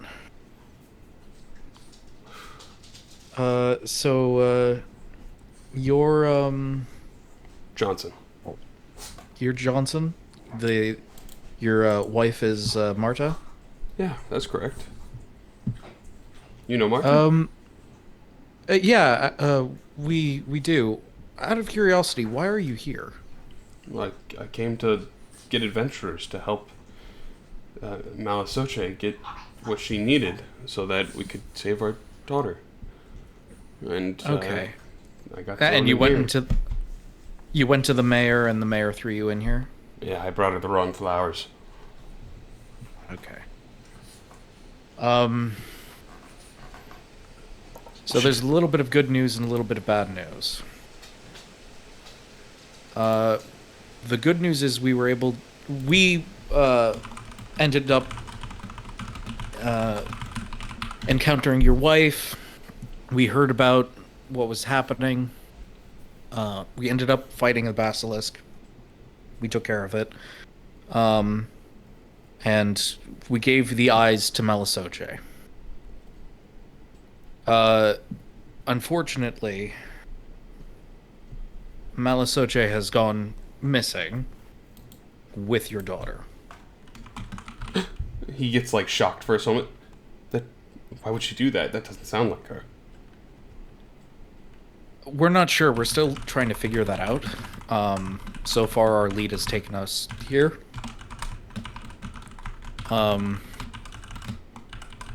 We don't know any sort of motive at this point. If you have any potential information to add about Malisoche, we know that she has a mother in this city. You wouldn't happen to know her, would you? I don't know her mother in the city. I mean, we knew that she had one here, but it's just all strange. I just want to get out of here and go home and get my little girl. Okay. Is she at least healed? We didn't see it personally, so we can't confirm one way or the other. Oh. I'm afraid we do not know. We gave the ingredients which should have which should be able to heal her, but we don't know whether or not. Oh. We gave the ingredients to Malisoche. We went and spent the night, and then the next morning she was gone. Oh no. Well, I hope she's okay. You see him kind of break down. Mova will come up to you too and be like, he's only got to be in here for another week. How much is his bail? 5 gold pieces. How much? I'll cover it. I'll take it. The rest of the party can hold on to their gold.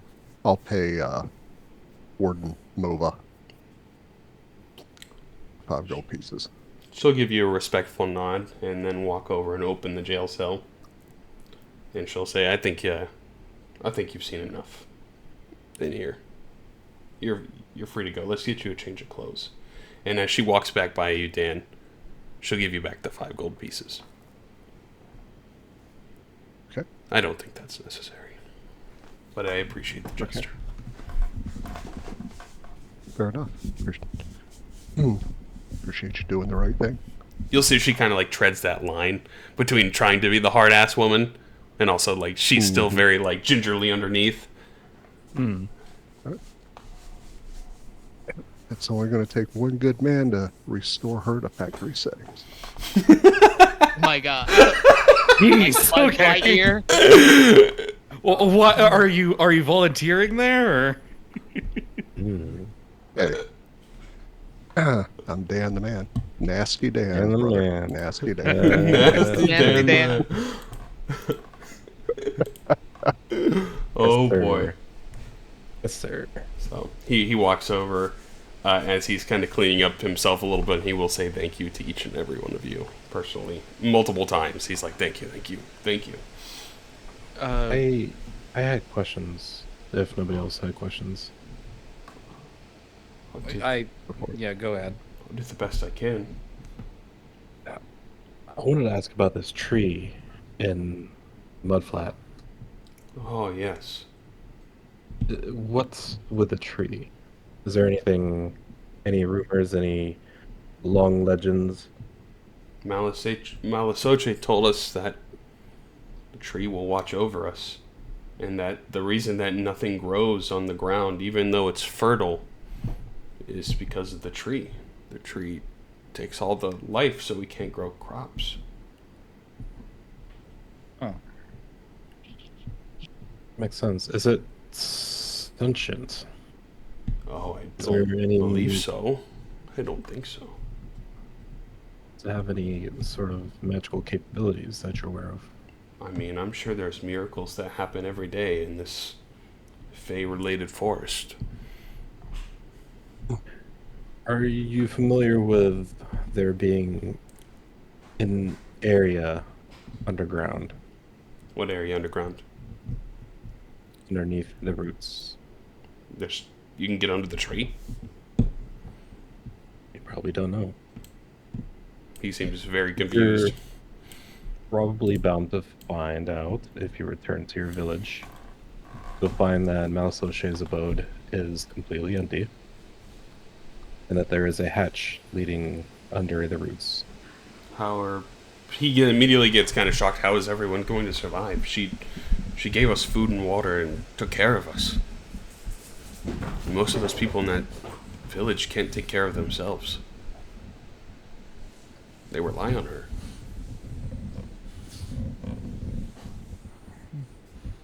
Not sure. You may have to find the resiliency within yourselves to move on, but for now, we might find your daughter. You might have to, if nothing else, if you can't live off the land. If it's not sustainable, you'll have to move. I guess that's true. But please be safe. What are your out plans now? there. I think I'm gonna clean up and prepare for a journey back home. Okay, that I was thinking that might be for the best. Your wife is obviously very worried about you.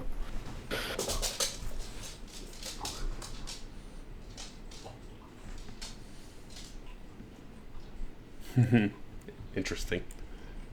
I appreciate it. Thank you. Word of caution, and we should probably talk to the warden about this. There was a Cyclops who was saying everybody who was going along the road needs to pay a toll. Oh, you're talking about Clark? Sure. Yes. Yes. Yeah. Clark was his name. Orville told him to get some toll and fix the road. Oh, okay. She kind of looks like, oh yeah, fair. Like it's a normal day. All right. Um, All right. This is what I'm gonna do. I'm gonna get Big Johnson, and I'm gonna give him 5 gold. And I'll say this is just in case you come across Clark on the road back, so you can pay the toll. Oh, thank you very much. I was just gonna say avoid the road around that part, but okay. Or just walk around the tree. That's fine. He's like, this will at least get me some dinner and room and drink and some new clothes for the evening too. So I appreciate. I mean, it. don't spend it until you get back, because if he asks for 5 gold and you don't have 5 gold, we don't know what happens. It just cuts to him being yeeted into the ocean halfway down the forest road. He gets turned into mortar for the road. Oh no. He goes, oh, I understand. Thank you. And Mova will go, we have a couple of spares for you here. And she'll get him some just other sort of satch bag clothes. Like lost and found? Yeah, sort of. like so very dirty, dusty, it's rough material. What time Probably is it better right than now? what he was wearing, though. Better than what he was wearing. And this would probably be a little bit towards the evening, maybe about 2, 3 in the afternoon. I offer Johnson, perhaps you could want to stay with us, because we already paid the innkeeper quite well. So well enough that you may be able to hop along with us and then not have to spend more money. Well, I mean, if you guys are offering, I will take you up on that. Does he smell? Oh, very, very much. And he urinated himself, so he's... We have 2 rooms, right? Yep. I call bunk without him. Oh, I agree. I'm not gonna say that out loud. If anything, it's like under my breath to like some of the group. I'll wash up before going in to the inn. Worst case, we do have a decanter of endless water. Geyser. What do you mean we? What do you mean, we? Who is this we you speak of? The royal we. We got water. We.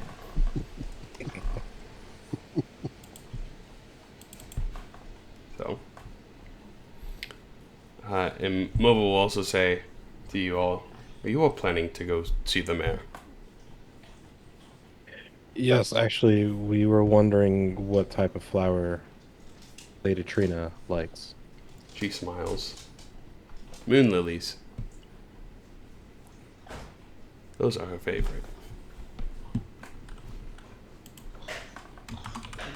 Do you worry we would find Yeah. moon lilies? I Oh, want there's- to insight check that. I want to make sure she's not lying to us. She seems like she's telling the truth. You probably would have noticed a number of them growing throughout the town. And it doesn't seem to be that populated in her garden, but there's a lot of them that are sprinkled throughout town. And she seems like she's being honest. Okay. I don't want to see you all coming back here. No, I'm like, interesting. How'd you acquire this information? I go to the manor quite often. I have to escort people here that the mayor doesn't like.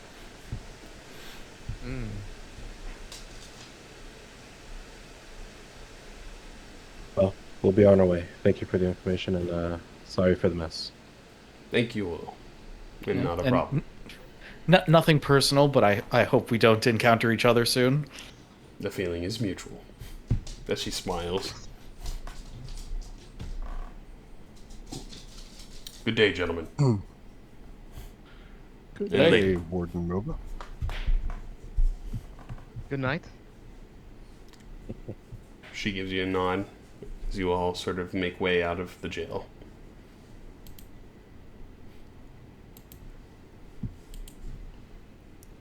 It's about 3, 4 in the afternoon. Where would you all like to go? Same place mayor. we always go. The mayor. The mayor? Okay. Well, first we need to grab the flower.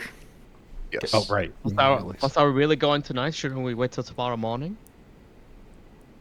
Oh, it's nighttime right now. That's 3, 4 in the It afternoon. is. Oh yeah. Oh, okay, we have time. Let's look for the moon lily. Yeah, and Samira do is you- a paladin by day and a Drinker by night. enchantress seductress by night.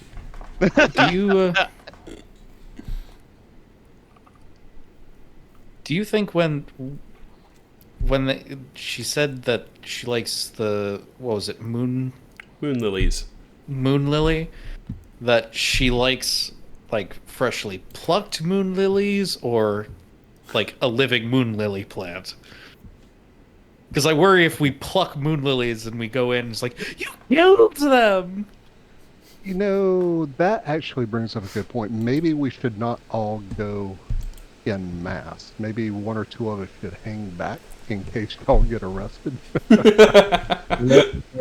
Yeah, that's also a good point. You all come in with moon lily. You let the first one go in with just a plucked flower. You listen what happens, and then you go in after. Yeah, pretty much. Okay. Have one with the actual moon lily plant and one with the actual flower. Okay. And you'll split up into like 2 groups. Yeah. Okay. So you guys pick a couple of the flowers, easy enough to find throughout the town. They're like this bluish white, very like skinny flowered plant. You'll see in a picture shortly. But some of you pick some, and some of you dig up a whole bunch and try to put it inside like a cup or something for like the plant. And as who is in the first group that's going with the picked flowers? I'll I'll go go. in. So Folwyn and Dan. I mean, I'll also be going to take flowers over to. But are you going to go in the There, too. first group with the picked flowers, or the second group with the potted plant flower? I think I'll go with the second group. Okay. I'll go with the second group. Okay. And Drake. Sits out in case both of us get arrested. Yeah. Yeah. He's our fail-safe. So as you all sort of pick the flowers and get your collections put together, you go up towards the mayoral estate that has the gate around it. There's 2 guards stationed in front, and they see your flowers, and you're like, "Oh, you're here to see the mayor, huh? Good choice." Yes.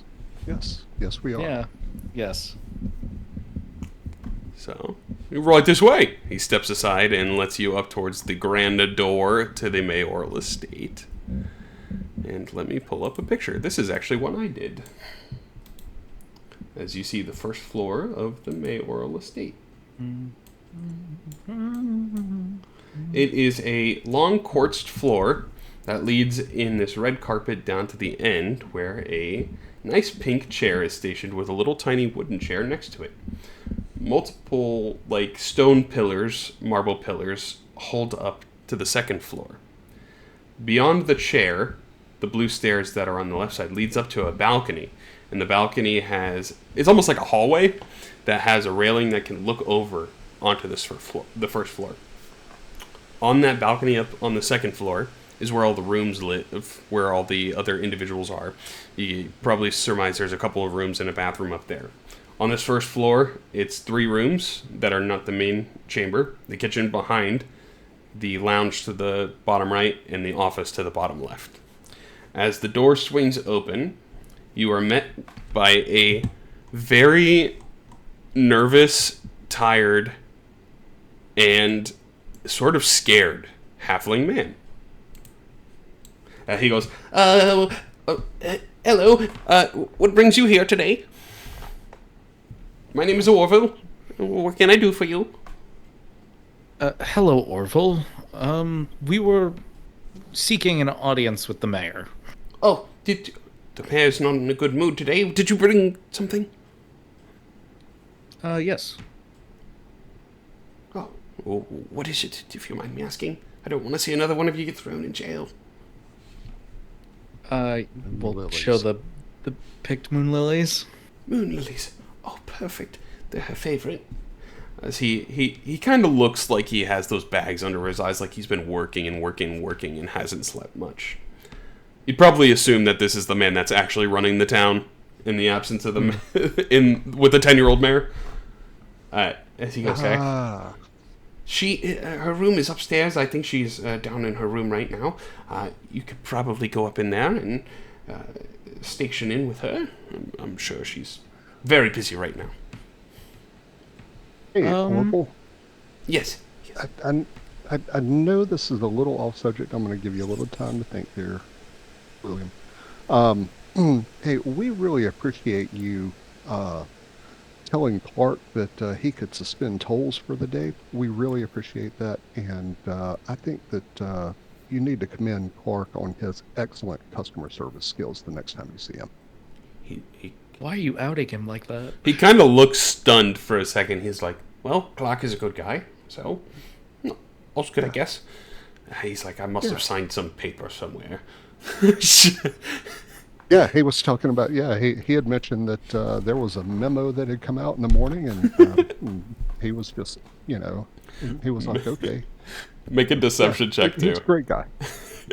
And the DC's pretty low because he's overworked.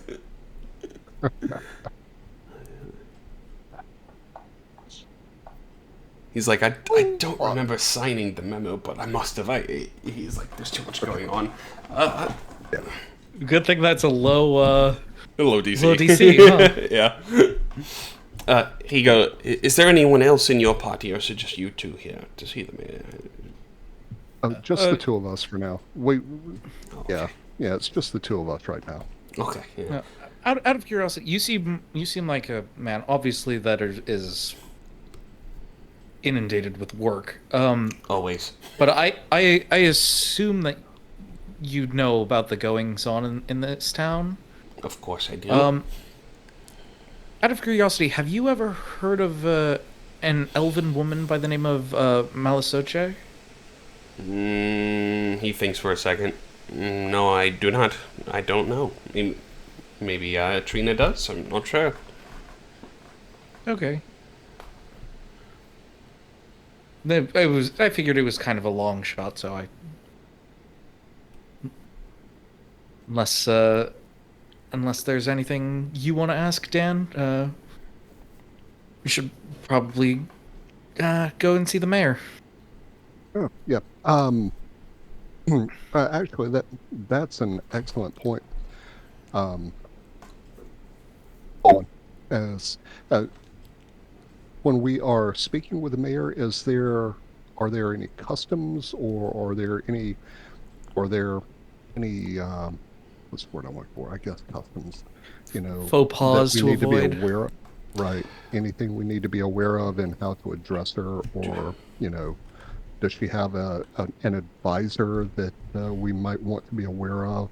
I am the advisor. I am Advisor Orville. Do not talk to her like a child. She does not like that. And she prefers to be called Lady Trina. Lady Trina. Or Lady Mare. Either works for you. Lady Mayor or Lady Trina. Okay, thank you. That is good to know. You're very welcome. And he's like, I'm going to be starting to close up shop for the day too in the next 30 or hour or so. So take your time, but there is a little bit of a clock, just so you know. All right. Okay. Yes. All right. As he will say, you can go upstairs, those stairs, all the way to the right end of the balcony, and it is the room on the end. You'll see it's adorned very pinkly. All right. So I will put... Thank you. I have this one sharing already, but I will put... If this whole, Like Orville. this whole top part here, where I have the square, is the second floor. Uh-huh. There are 3 rooms. There is one here. 3 bedrooms. There's one here, one in the back, and then there's 2 bathrooms on either side. So hers is in the far right side of the balcony. Guess we'll go up to her door and knock. Okay. As you guys go up the stairs, by the way, Dan, I want you to make a perception check. Ooh.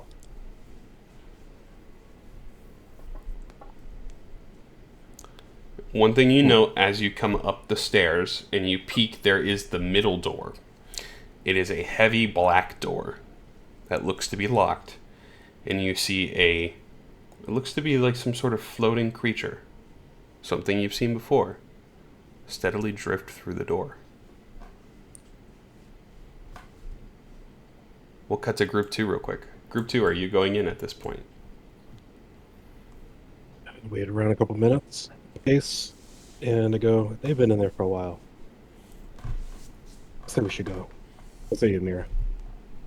Okay. I agree. As you peek in, Orville will give you the same introductory spiel. Are you here with the last group? Yes, those are our friends. Oh. Are they okay? Yes, they're perfectly fine. I think they just made their way upstairs. You are free to join them if you would like. Yes, please. We bring our keys tonight. Hand out old plucked moon lilies. Oh, perfect. Good thinking. Very good thinking. He will give you the same exit speech of time limit, yada yada, blah, blah, blah, busy. And he's like, I'll be closing up soon. Right. And he goes, upstairs, all the way to the end on the right. If you have to use the loo, it's just before that. Right. And then I'll point and I go, okay, understood. And let's go, Mira. So, Dan, do you do anything seeing that, or are you just going to clock it for now? I'll just clock it for now. Okay. So you both, Folwyn and Dan, first walk past that heavy black door. And the door seems like it has an air of just sunkenness as you walk by it. It's almost like the air gets heavy. You can feel it get a little bit warmer by that door. As you pass by it down the hall to the end, at this point you can probably hear some talking downstairs with Orville as you guys make it to the mayor's room. The door is closed, and it is a bright pink door. I guess we'll knock. Yes. Come in! That strategy. Yeah, well, guess I'll go in. You'll see what looks to be the best descriptor I can give you is a little English girl of sort of like Victorian descent, with long white silver hair and blue eyes, wearing a nice sort of, I don't know how the best descriptor, but that sort of very fancy, elegant, aristocratic kind of dress. Ruffles and... Yeah. Victorian. Very Victorian. She'll look at you. You are like the third people that's come to see me soon. You have a gift for me. Yes, Yes. of course. It's a pleasure to meet you, Lady Mayor. Pleasure is mine. And she stands up and bows from playing Dollhouse. She has a couple of dolls that she's playing with currently. She sets them down.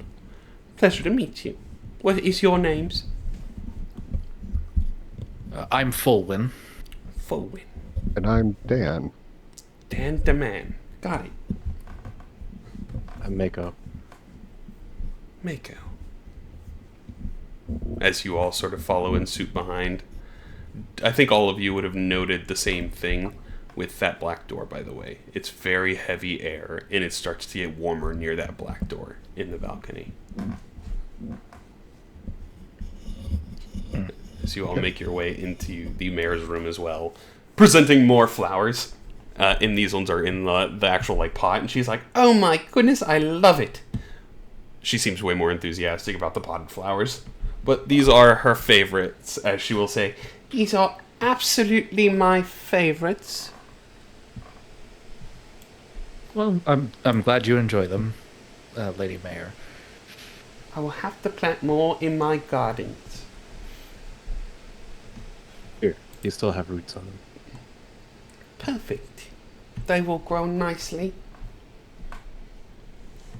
So what You brings... need a lovely garden. Oh, thank you. I've been working on it very hard. Which, you can see that she probably isn't the one actually working on the garden. But she does a little bit, probably. So what can I do for you? We are investigating a disappearance from a nearby town, and we have reason to believe that the people we're looking for are here in Providence. Who disappeared? I'm sorry? Who disappeared? There is an elvish woman by the name of Malasoche, who disappeared with a 10-year-old human child. She stops for a second. My auntie took a little girl.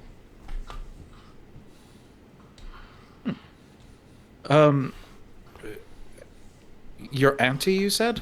Auntie Malasoche. Yes. Okay. Yes. So maybe we're talking about the same person. Yes, she was over by what is it? Mudflats is the name of the town. Yes. She was living in Mudflats, which is, I believe, about a 2-day journey from here. She was helping the girl who had an ailment at the time, and we assisted in gathering some ingredients, and the next day they were both gone. Would you happen to know anything about where your aunt might be?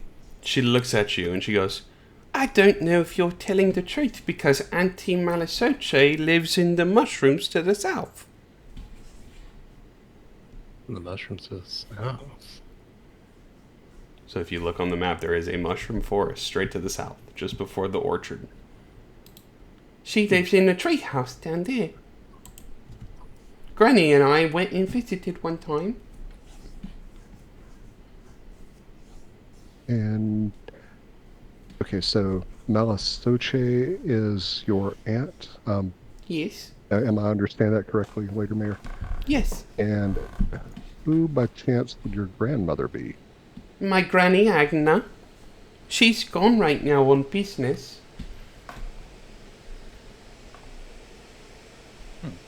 She'll be back soon. Agna? Agna, yeah. I will type it out for you. This girl, is she elvish? She is a human. Or looks to be humanoid in appearance. But she doesn't have the pointed ears? Nope. Huh. Can I want to roll an insight check, but I don't know how. Okay. What are you trying As to we're gauge her talking. lying or trying to gauge on? In a way, I want to, either look for her, like, maybe text or something to see if she's lying, or About maybe when you bring everything up in whole, or about just everything. anything? Okay, go ahead and roll an insight check. If you react to certain things that we bring up, insight check. Yeah, I mean, she seems like she's kind of confused when you were talking about her aunt like being in Mudflat, because everything she's saying is pretty forthcoming and pretty true. She didn't know that she would be in Mudflat, and it kind of doesn't make sense to her that she would be there. Do you speak to your auntie often? I don't see her very often, no. She kind of lives off by herself. I think Granny does. Okay. Lady Mayor, if I may ask, does your granny and your aunt, do they look alike? Granny is Like a they're little bit twin sisters? older, but Granny has long grey hair, and she's very tall, and has a little bit of a hunchback, but I think that's because she's old. And Auntie is younger, it's more green, and also she looks younger. It's hard to tell. Maybe. Okay, thank you very much. Uh-huh.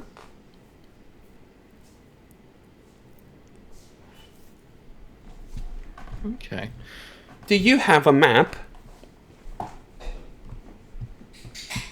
Unfortunately, I do not. We'll see. Do we technically have a map We'll because see. of the? Say for the purposes that Folan has a map of this area Okay. for all of you. She will draw a little circle on your map. That's where my auntie lives. If you're going to find her and save the little girl, I hope she's all right. Well, honestly, we don't know exactly what happened. They very well could be fine, but obviously, the girl's mother is very worried. Oh, that's understandable.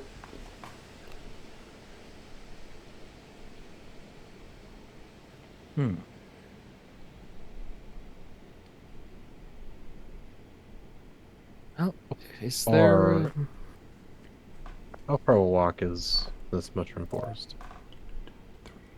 5, 6, about 3/4 of a day, if that.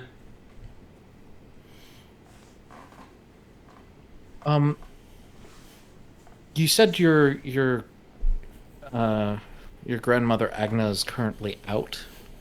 She went to the Evergift Glade for some business trip. Maybe get some goodies. And she lives here in the city? Yeah, she lives in the room in the middle of the hallway. Ah, okay. That makes sense. I guess if she arrives and we still haven't solved things, that we can always come back whenever she's available. Yeah, she should be a couple more days before she comes back. At least that's what she told me.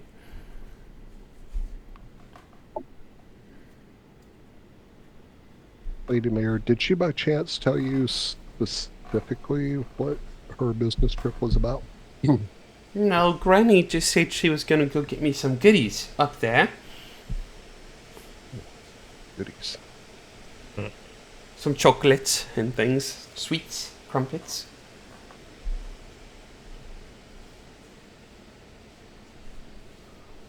Okay, thank you. You're welcome. As she kind of like rocks forward a little bit. I'm starting to get a little bit tired. Well, Do I don't- get the impression that the Lady Mayor, Lady Trina, is considerably older than her appearance? Good question. Give me an insight check. I like that question. I like that train of thought. She actually does come off as being about 10 years old. Mentally and appearance. She just sounds to be a little bit more professional in the way she talks. Considering the fact that clearly the garden is not handled by her, and it looks like a lot of administrative stuff is handled by Orville. Does she seem like she has the capability to run a city? She is not running the city. You would get that feeling 100%. Okay. She just kind of has the power, and whatever she says goes, right? But all of the background stuff is being handled by Orville, and possibly her grandma. Okay. I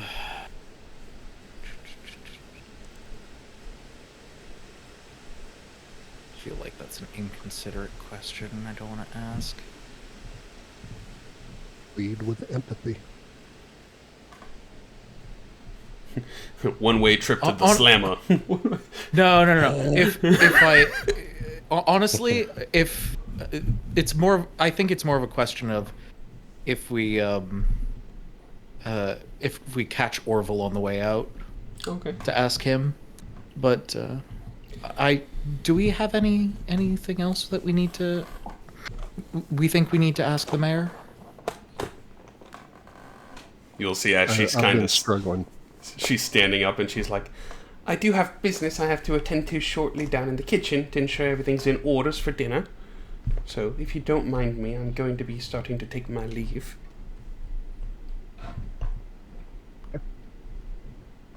Of course, Lady Mayor. We won't keep you. As she stands up. Have a grand evening, you all. Yes, you too, Lady Trina. Thank you.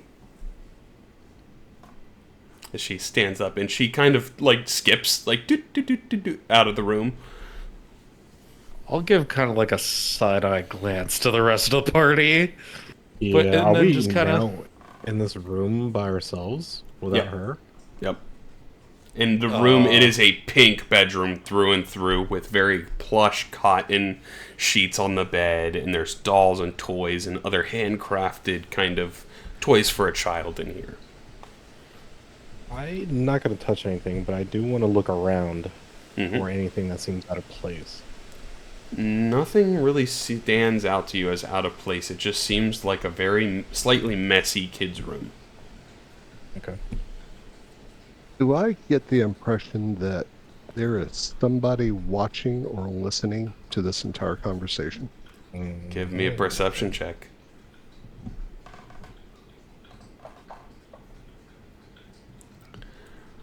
You might, after witnessing something on the way in here, you might have an unsettling feeling that there is a possibility that someone is watching you do this or talk.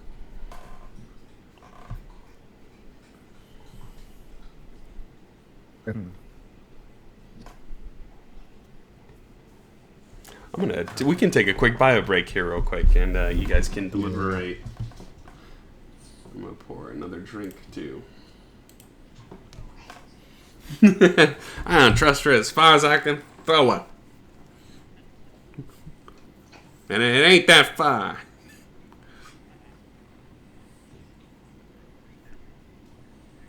Correct.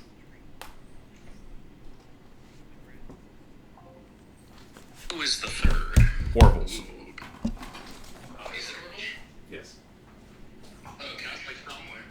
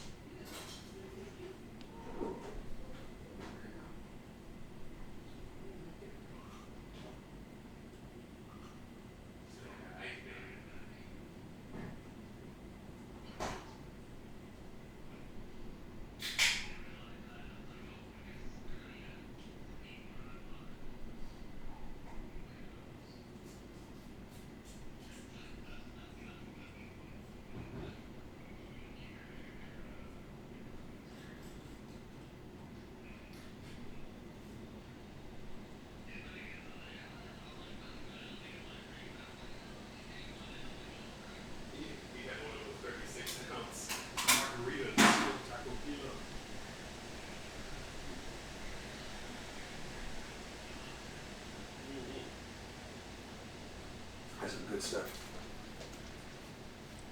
I need me a Christine bowl, protein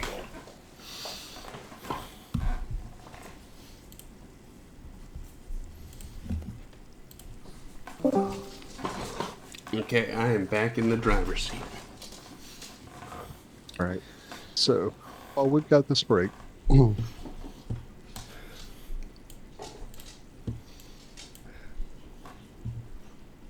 I'm confused. Well, he did say that we'd have our answers, at least most of them, by the end of the session, maybe. By the end of this arc. Oh, arc. Okay. And by the rate that this is going, it might be 3 to 4 sessions total for the whole arc. So maybe 1 to 2 more. Thanks, Pat. You know that kind of puzzle that a first grader can solve is going to stump us for 3 or 4 sessions. So It's not really like a puzzle, it's just how everything ties in is really good. But one of I think everyone is it's back. all good. Is Daniel there? And William?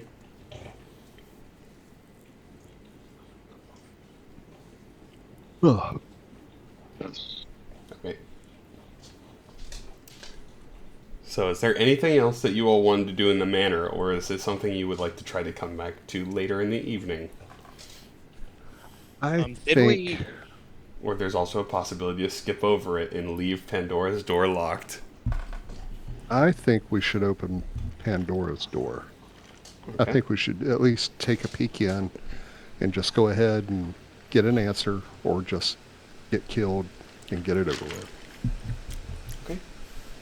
I mean, I was gonna say that, but based on the conversation that she mentioned, what was it, Granny Agnes' room? Is that or someone's room? Is that the same door that we felt Yes. the ominous air? The black Okay. one. Okay. Yeah, we definitely have to investigate that. Okay. So she is downstairs. Orville is downstairs. Would you all like to try to sneak in and unlock her door? Yes. Alrighty. I agree. Who would, Feels heavy. who would like to try to pick the lock? Standing outside that black door with the heavy, ominous air. You know, that's such a silly question, because that's one of my absolute favorite things to do, is to be the unlikely character to have proficiency in thieves' tools. So I am going to sacrifice myself for this. Oh. I could have sworn now it's gonna be like an 18. Damn it! And that was a great monologue too. You put your thieves' tools in, and immediately they get hot, and you pull back, unable to finish the tumbler. Yeah. Okay. It's such a shame when you always can't finish something. All right, battle druid.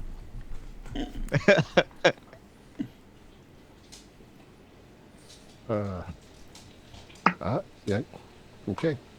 I will let you take your turn. Drake, would Watch you like the to map. attempt? Alrighty. Yep. Go ahead and give me a thieves' tools check. Hey! Of course. You put it in real quick, and you can feel it starting to warm up, but you're quick enough, and you snap it, and the door opens. And ignore that the door is white in this picture. I made this map from scratch. I made this purely in GIMP. You see a very I'm heavy, gonna dark close room. Mayoral. Okay, it's loading up and for a bit, but now we can see it. It is a bed on the far left side, 3 bookcases, and then the desk on the right.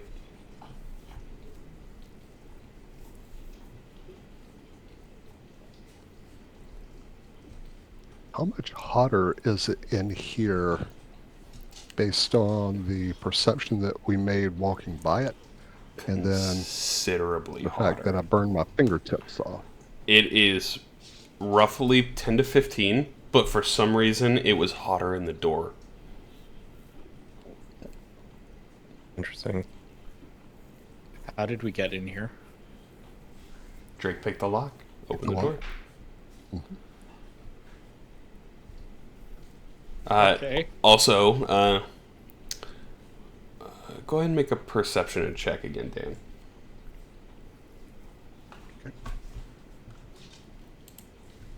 Perception. Right there. I am hot and cold with my text tonight. You don't see anything, unfortunately, this time. Alright, so I will, what I will share with the rest of the group is that when I came by this door initially, I could have swore that I saw a floating or flying creature in here. That's what you would have saw drift through the door.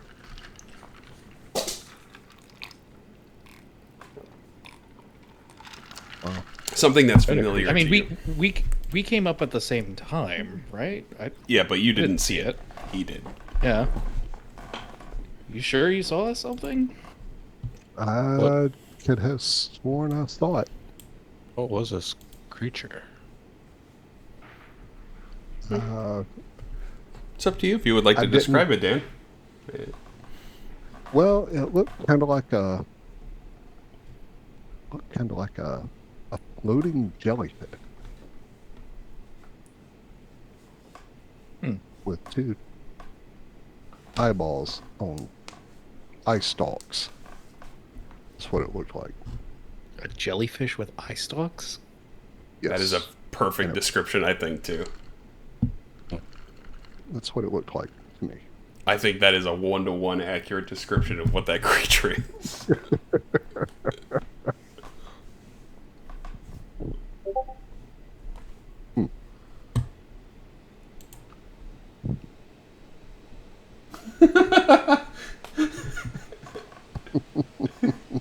Return the flag. I suffer my curse. Alright. So, well, the door is open. I think we should investigate. I want everyone to make a perception check in the room, too. You know, So, did everybody decide to go in? Because I'm wondering if someone like me should stay out to kind of like keep watch. It's up to you. Anyone Like, that's going inside, I'll make do a that. perception. You'll stand guard. I'll kind of just linger. Okay. Give them a knock on the door when someone's coming, kind of thing. Yeah. Okay. It's not that hard to note, but for those of you in the room, I think it would only be Drake so far. Through the middle bookcase, you can feel it be slightly warmer on the other side. And you also note, Drake, there's no window in this room.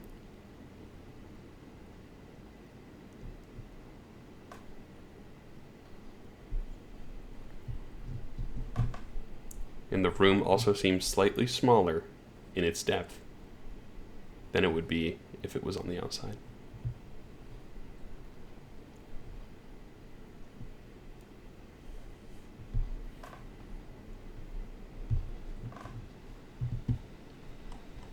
I think I would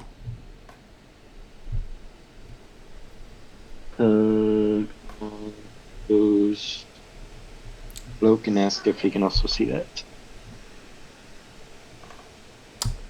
You tug on the bookcase, and the bookcase doesn't seem to move. Make an investigation check, though.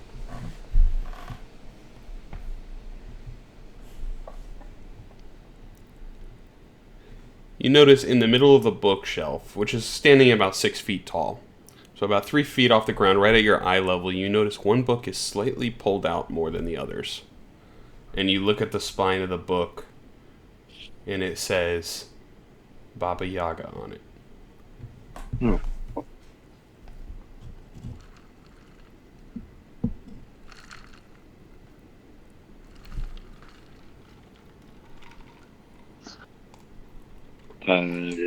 Mess with said book.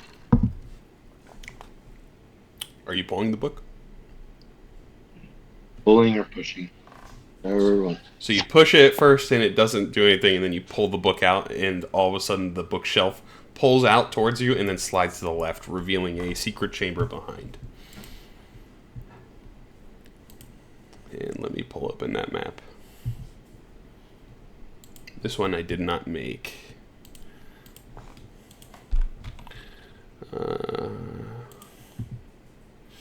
In the middle of this room that you open up and reveal, it looks to be a rift that is steadily opened.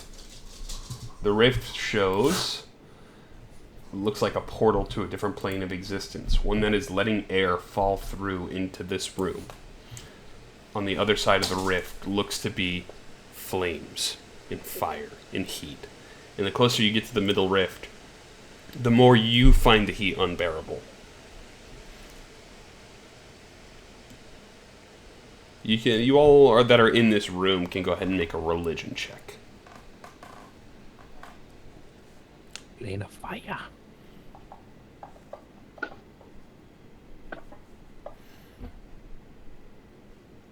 15. Say Dan and Mira. You know that looking through this portal and the heat that's coming off of it, you can't get close to it. Like, as soon as you get within 5 feet, it starts to burn your hand. And burn your body and everything that you do that exudes towards it. On the other side of that is probably the first layer of hell.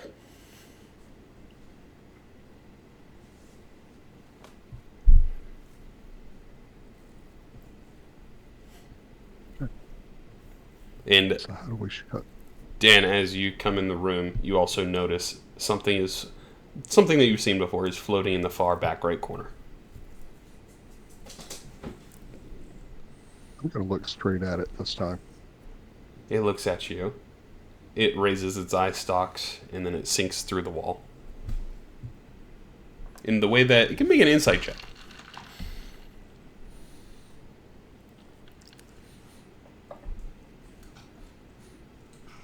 It's really hard to tell what it was interpreting. You would get the feeling this thing is trying to help you, but you're not sure what it means. All right. I'm going to try to establish a telepathic link with it. It has gone through the wall now. It is gone. Yeah, Okay. it sinks through. I wasn't quite fast enough. All right. All right. So, who's in the room with me? Everyone but Fulwin. Well, one is out. All right. So I've got Mako. I've got Drake. Maybe Mira. All right. Do y'all know how to close a portal? Maybe destroy the runes. There doesn't look to be any runes currently in here. I'm on all options. Everyone make a Arcana check.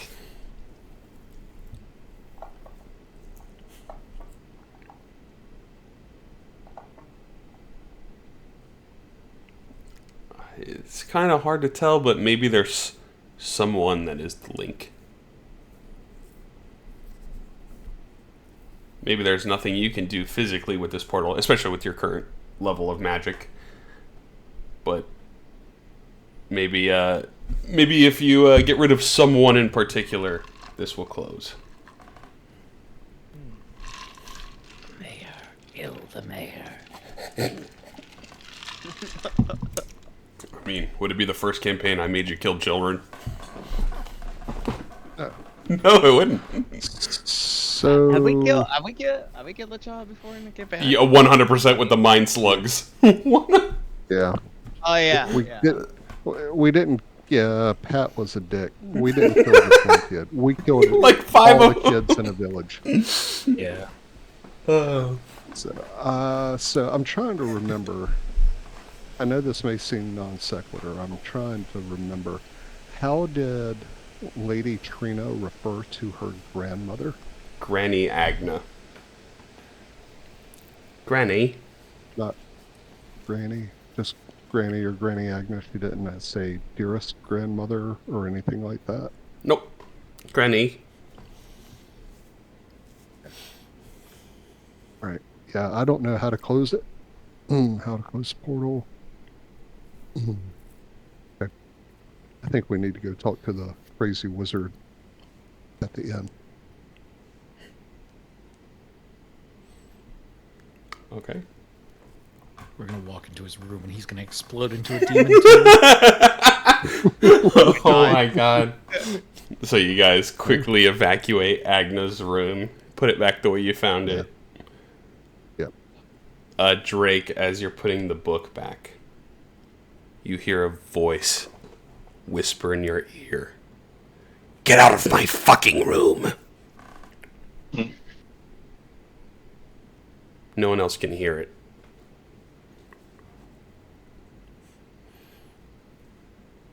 So who heard this whisper again? Just Drake. The one that is holding the book of Baba Yaga. I'm holding it. As you have to put it back. Oh.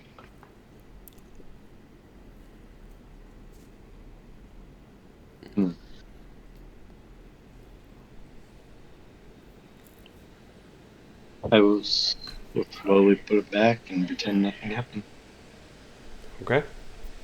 As you make haste out of the room, lock the door behind you, and step away. Hope you guys found something interesting. I mean, you can't say it wasn't interesting. Yeah. It was definitely something. Well, we found something we don't know how to address. So we're going to have to come back to it later. Okay. It's out of this world. Okay.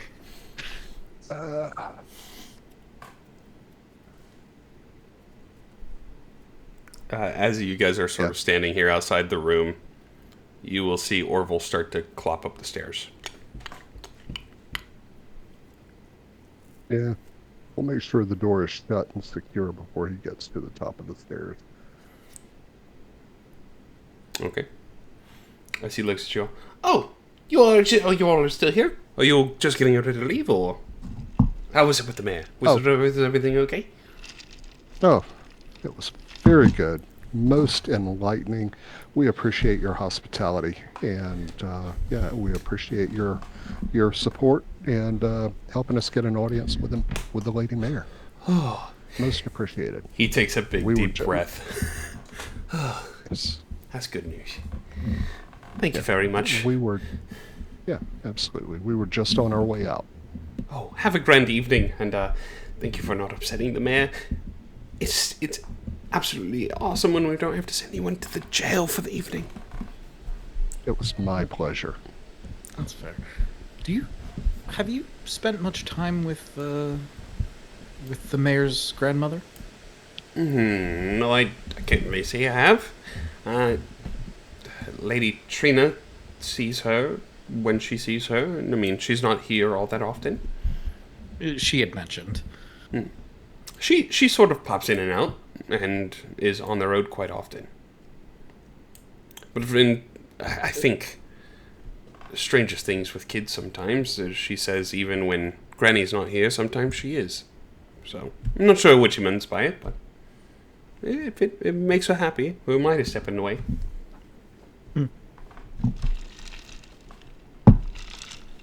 So, Orville, before we go,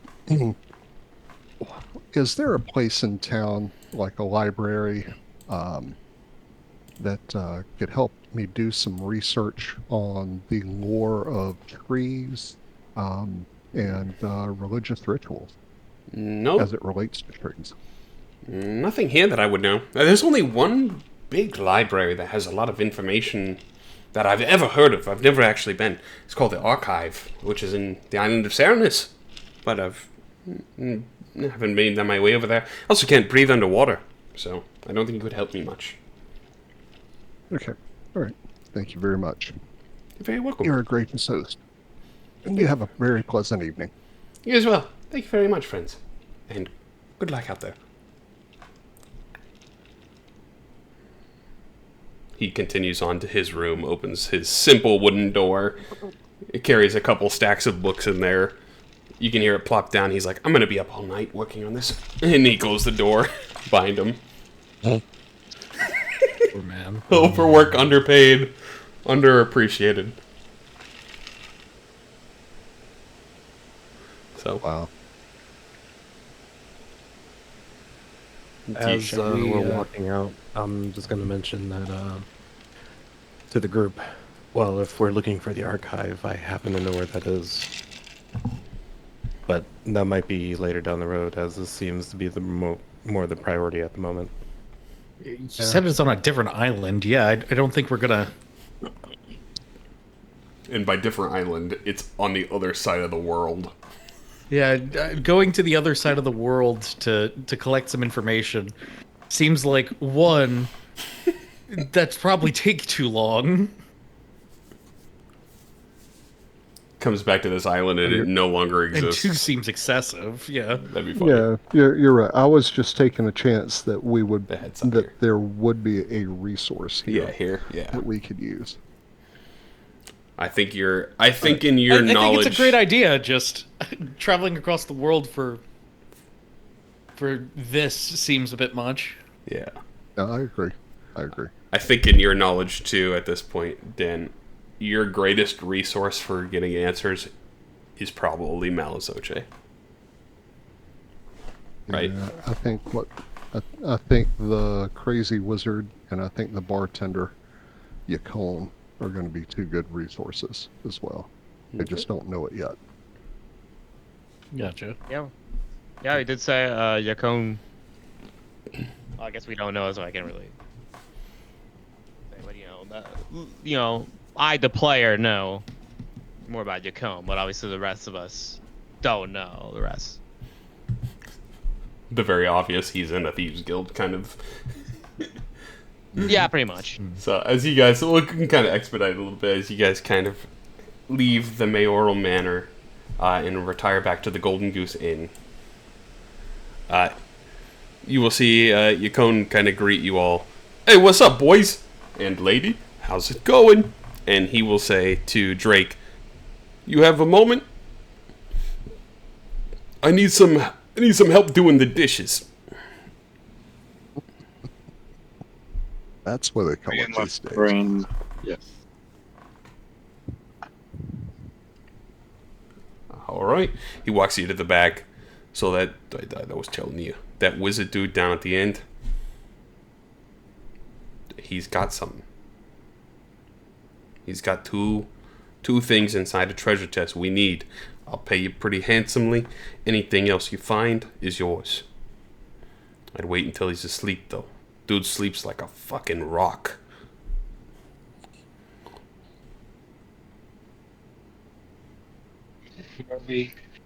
And if you need help, feel free to take some friends too, because I'm not sure what's going to be in the treasure chest. You could probably need some help lifting it. Who knows? But I'd take your sneaky friend.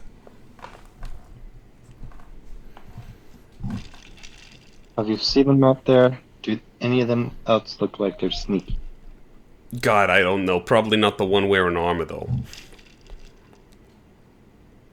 You won't even believe how easy it was to pickpocket her. He looks at you and goes, "You just fucking with him at that point?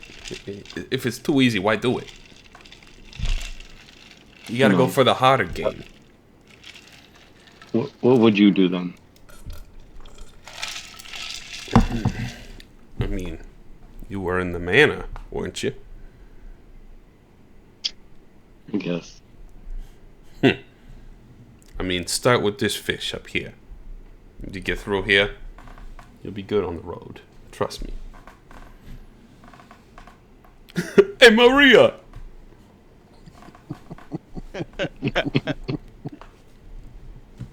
Hey, Maria.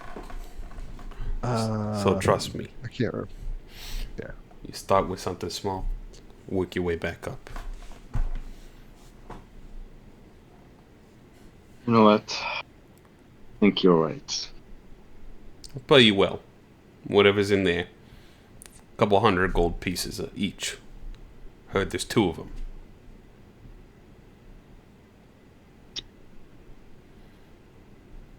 Well, can you also promise possibly future Positive. acquisitions? Other jobs, if I get them, you'll get them.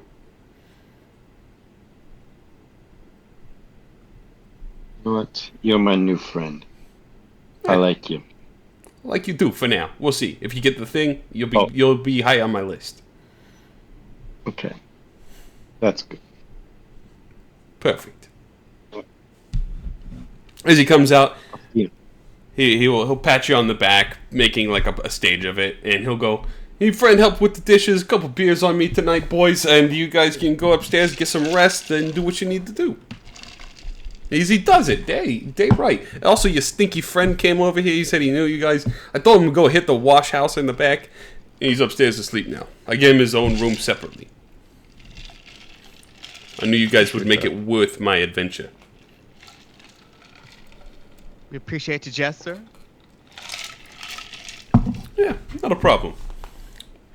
Well, I'm getting tired, boys. I'll see you later. And he like steps back. He leaves you a couple. Oh, yeah. Nope. Hey, hold up, Yukon. I got something that I'm hoping you can point me in the right direction about. I do like pointing. So, I've been working on a bit of a puzzle, and I need some assistance from someone who understands ingredients when it comes to making potions or pastes that can be used in a healing fashion, like reversing petrification. I think you went on the wrong way there for me, my guy. You know somebody that could help me out with that? You were teasing at my heartstrings for a second. I was thinking you wanted to cause some petrification and/or, a little extra pain. I don't know nothing about reversing that kind of stuff, but... But do you know someone who would know about that stuff? Probably not here. I mean, Fast Hand Phillips is pretty good with his hands, but I don't think he's good with undoing that kind of juju. Okay. All right. I appreciate it, brother. Not a problem, man. Now, if you're looking at getting something, getting your hands on something that does a little extra zing in there, when you stab them. I don't have any of that either, but I am more familiar with that. All right. Yeah, we will keep that in mind. That may come in handy in the future. Ha-ha! Alrighty, friend. He will pour an extra beer for you all, too, so you have 2 beers and dinner. As he will retire back to his back room. If you need another one, just pour another one. You all look like a bunch of fucking lightweights anyway, so go ahead. All right. Tell Maria I said hello.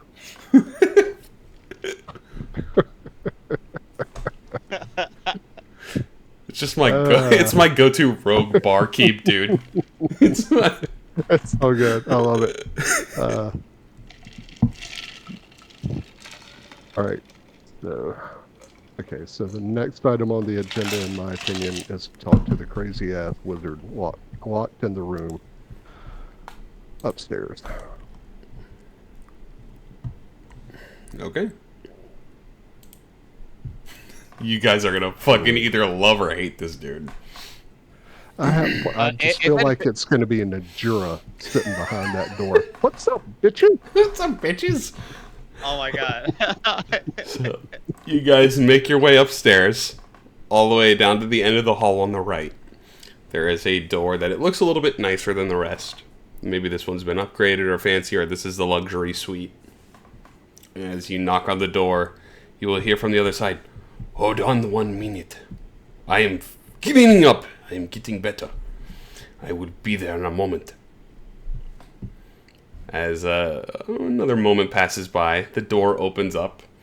You see this older man, long gray beard, long silverish gray hair. He's wearing blue robes with stars on them, and he has a blue wizard hat with stars on it. And he's holding a cane to hold himself up. And he looks like he has very Asian features in his face, like very distinct Asian-based features. And he says, "Hello? I am Sir Real Illusion. How can I help you?" Yeah.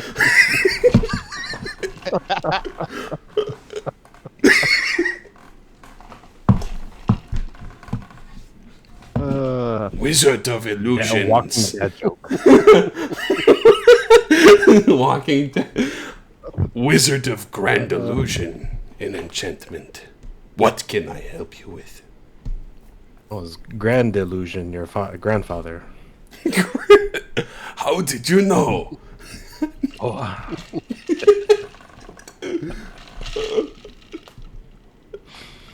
My mother was shiny, Illusion. How did you...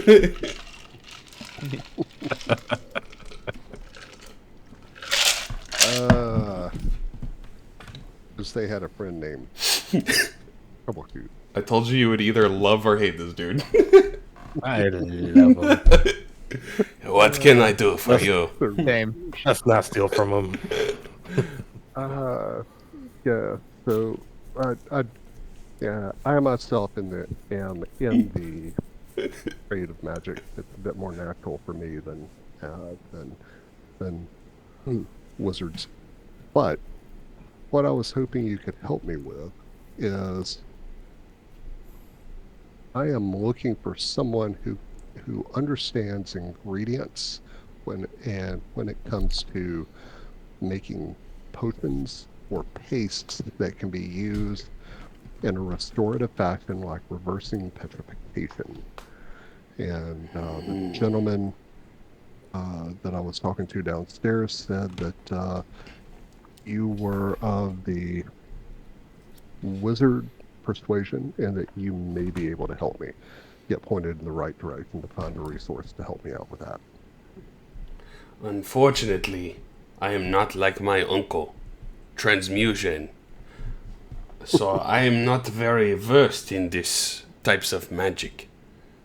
I do illusion, I do enchantment, but unfortunately transmutation is not my specialty. I'll have you know, I just face bombed in real life.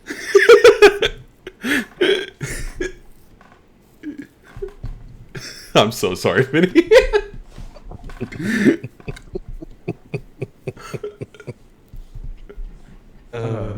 This is tickling something in me.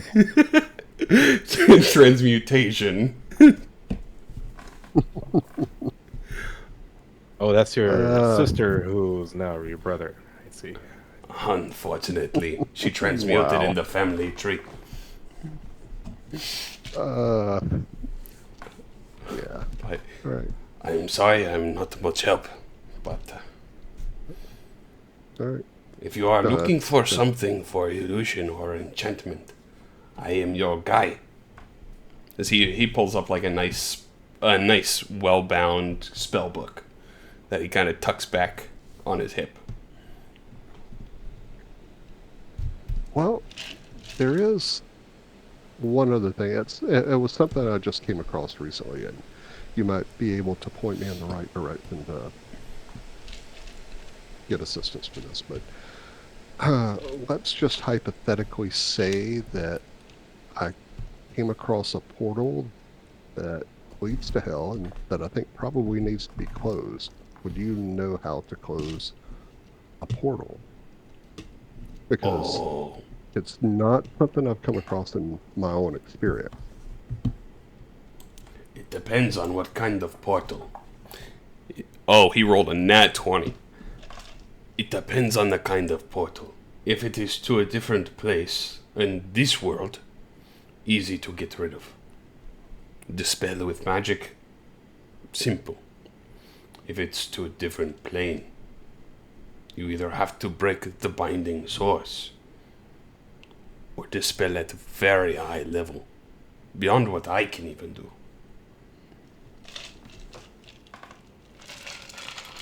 Outstanding. You, my good sir, have been a godsend. Thank you very much. And good luck with your portal to somewhere. Thank you. You're welcome. I am going to retire for the evening. All right. As he slowly I'm done. shuts the door, and you can hear him lock it, and he walk over, and you can hear him climb into the bed, and it creaks. While you guys had the door open too, you did note underneath his desk, immediately behind him from the doorway, you could see underneath was a big chest of some sort. which would stand out as something that would probably not be standard to a inn or a hotel room, quote unquote. So That's where he keeps his dirty laundry. Is he in the room? is he what? Is he gone? Is he gone? No, he is in the room. Yeah. He locked you guys out. He's going to sleep, presumably. But like your friend downstairs said, he sleeps like a fucking rock. Now you can probably see why. He's an older guy. Yeah. All right. So, I hope y'all were able to get the information you need so that you can carry out the plan that you need to carry out. Okay. So are you all retiring for the evening? I think that's a good plan for Dan. Drake, is there anyone that you would like to support you if you go through the plan?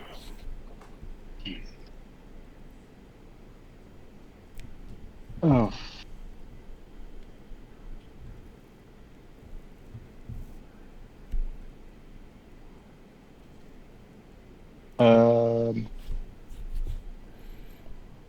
That one? Folan? Folan, do you want to help in the heist?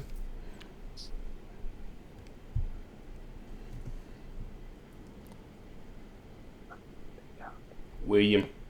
Yeah. I guess so. Yeah. Okay. And Mako. I've got some text. Mako, would you like to help in the heist? I think I would be against it. Okay. I think you're not my best friend anymore. Well, actually, now that I think about it, it probably shouldn't be me. I think I wouldn't gotta take it too- stick a bit to lawful here. Okay. I wouldn't take it too personally, Vinny.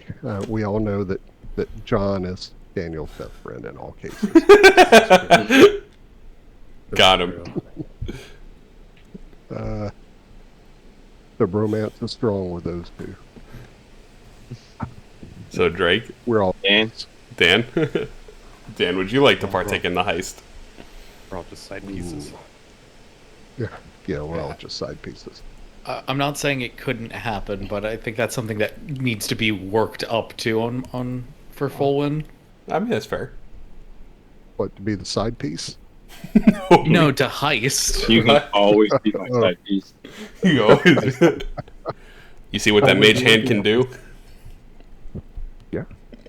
If it's from a mage hand, does it feel like it's someone else? Oh,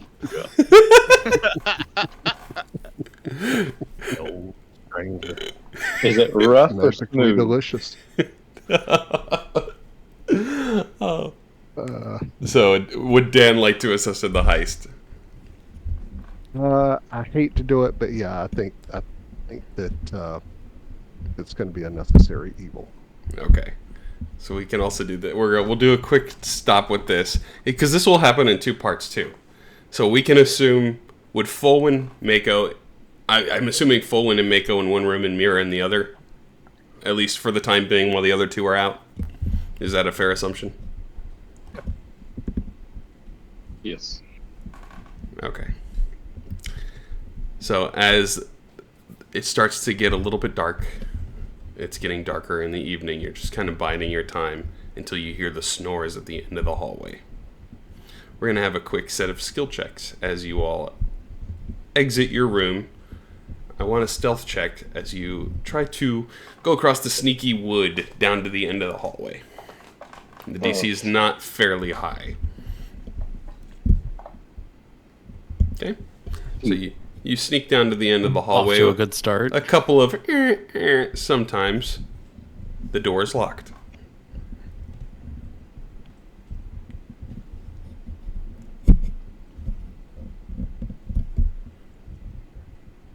You have a way to communicate. Buddy? Yes. I will establish a telepathic link with Drake. Okay. So you have telepathic speech. Yes, I do. You and the chosen speech creature can speak telepathically as long as you are within a number of miles equal to your charisma modifier. That's fantastic. And, you know, I had that at level 1, That's really good. and I could have used it last week if I hadn't been on autopilot thinking I was playing a fighter. So you all can speak telepathically, so you don't need verbal communication. Mhm. And you are still met with that heavy, more well put together door at the end of the hallway.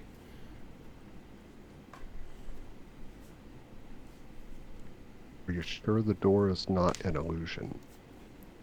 You swipe your hand and it is definitely solid. Hard as a rock. Hard as a rock. All right. The spike feeders.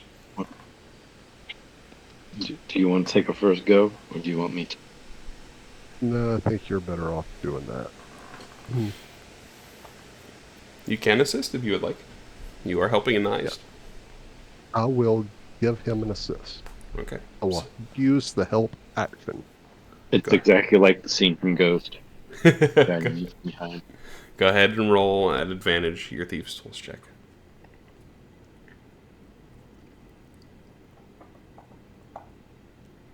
Okay. You put it in. You start to click one of the wrong tumblers, and Dan gives you a little adjustment, and you put it in, and it's click it, unlocks, door slowly opens. You see a heavy, sleeping, not heavy physically, he's not fat, but he's just in a heavy sleep. Mouth breathing, sleep. He's holding slightly his spell book in his hands. And across the room is that ornate treasure chest. I think we should use Mage Hand to unlock the chest. Check it for traps. Okay. Just, I also Right. want that book. you want the book? Okay. What do we want to get first? How far is your this mage hand thing? 30 feet. Okay. So you mage hand over. Make a Thieves' Tools check with the mage hand into the chest.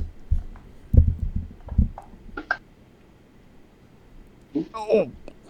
You hear it. You hear it. And you hear him go. Change the dice color again.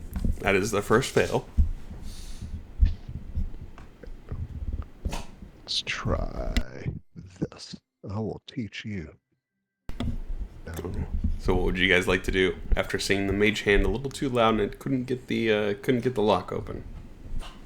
But you go for the book. Go for it.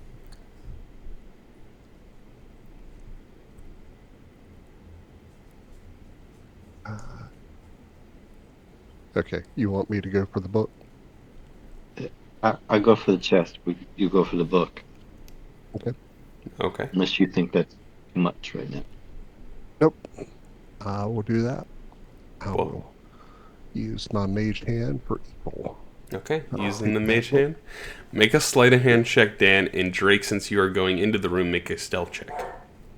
Oh.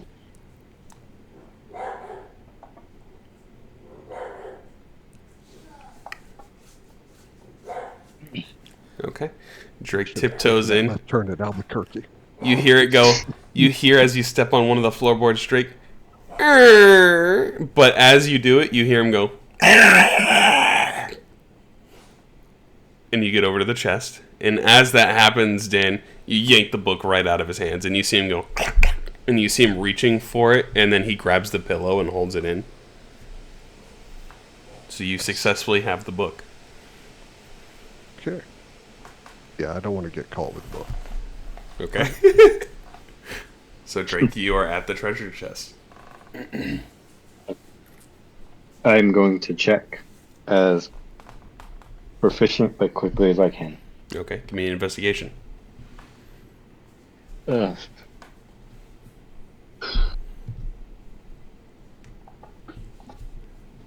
Nat 1 re-rolled.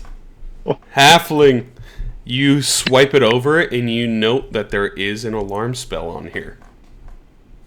And you note that if you fail again, it's going to set off the alarm.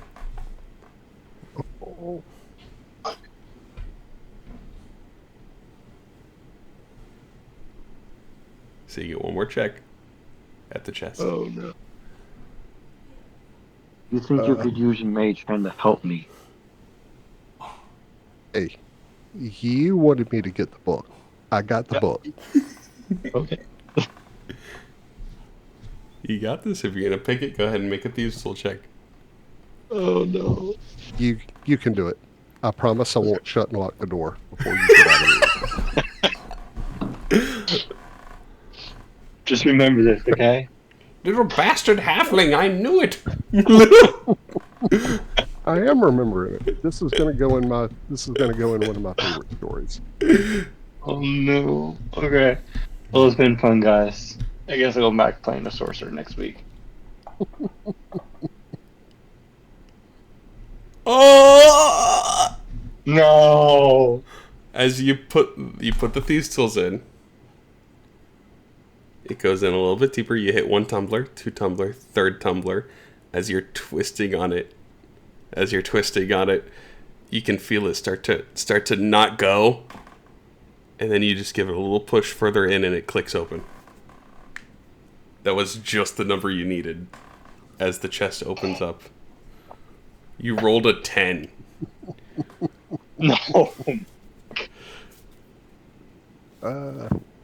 The chest swings open slowly, and you see inside this chest are 2 reasonably sized eggs of some kind.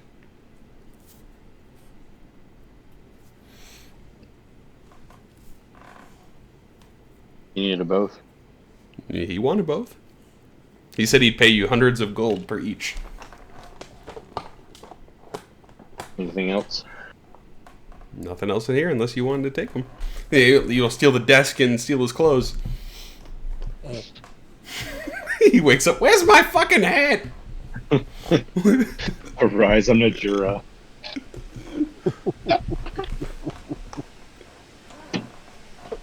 I will. Sir Illusion. I will wipe the eggs. Okay. They are very heavy. So I need you to make a stealth check. It's about like 15, 20 pounds a piece, and you're holding 2 of them, which are roughly half the size of you, and you're carrying them back. What's the item again? They are heavy eggs. Big eggs. The eggs. Okay. Like each egg is about 1.5 feet tall, if not bigger. But stealth. Stealth, yep. It's covers half a drake. Mm-hmm. He's holding 2 of them.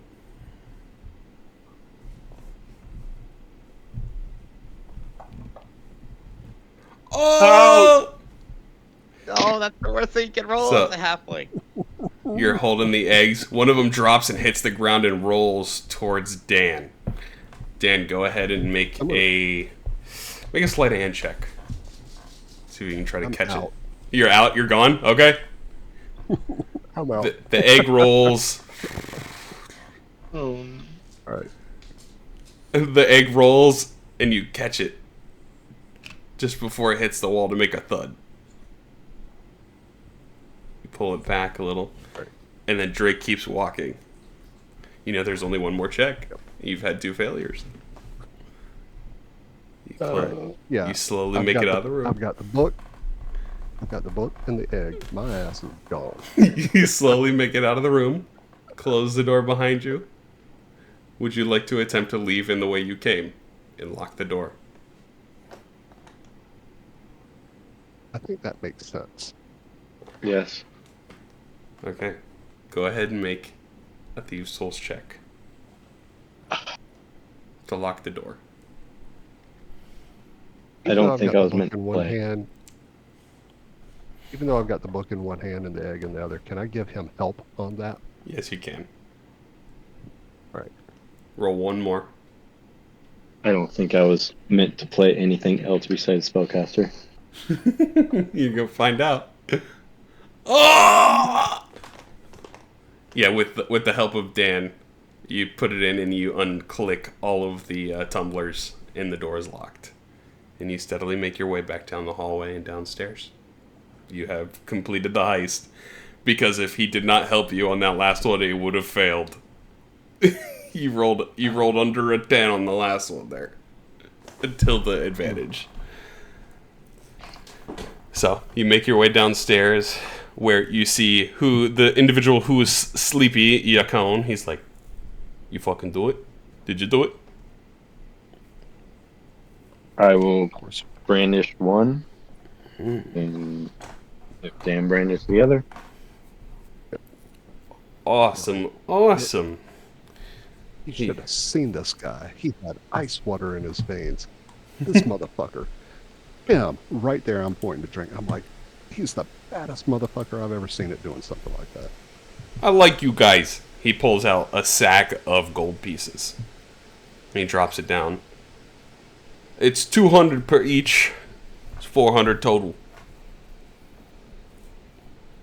Nice. 400 gold pieces for the 2 eggs, and you keep the spellbook. So I will throw that in the... you can either split it 200 a piece for you, or we can split it in the party 400. They can keep it. You sure? I have no problem I would say keeping my 2 ill apiece. gotten gains. Yeah. So each of 2 you apiece. can add 200 apiece. As you turn over these eggs, that you... both of you make a nature check. Does anyone else have an idea of what kind of eggs these would be, if they're like that big? Dragon eggs? Dragon eggs or They ostrich are eggs? indeed dragon eggs. As you turn over 2 dragon eggs to Yakon for 400 gold pieces total. And he will say, "Good doing business with you guys. Sweet dreams." Yeah. So, as this is going on too, Fulwin, would you do your trance early and stay up the back 4 hours, or do your trance in the middle, or do it in the first 4 hours? Like, how would you do your 4-hour trance? I hadn't thought about it. I think it's more just pertinent of the timing of these other things.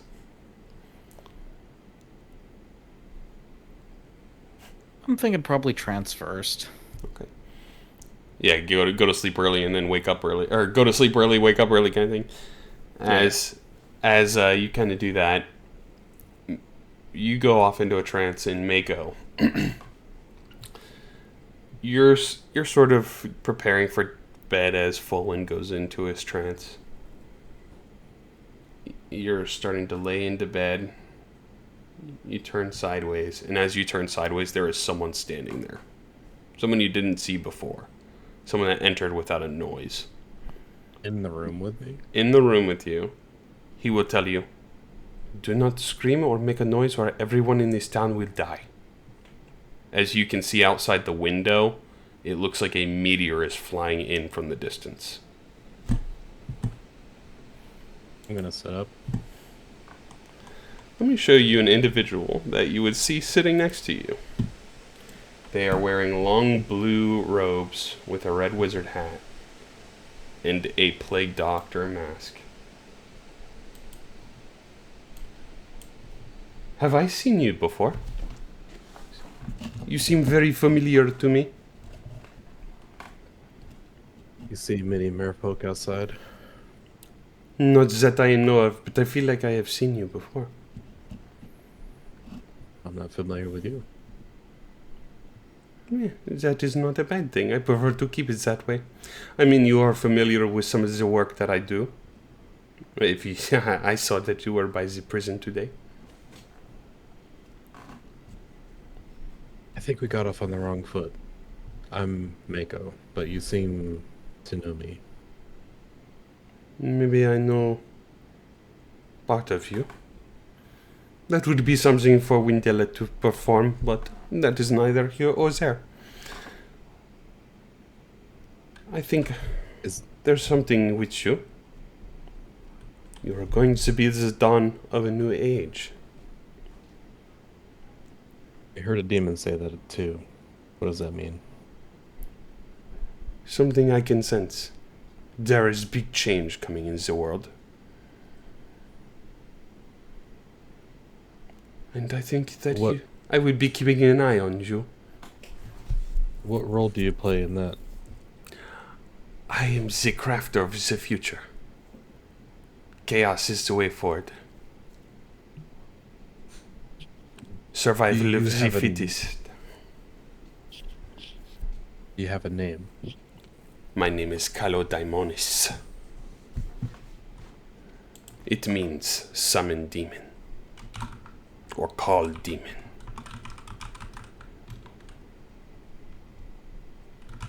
So it sounds like you're forcing this new world. Yes, in one way or another, it's going to happen, my friend. They are already here. You will find among you on the Isles archdemons that I have brought here. I'm trying to find someone that is capable. So I will be keeping my eye on you.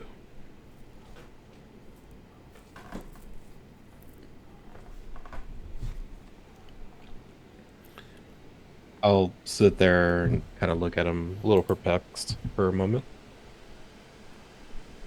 You see his eyes kind of shine through his mask as he will say, "You remind me of the Wildborn."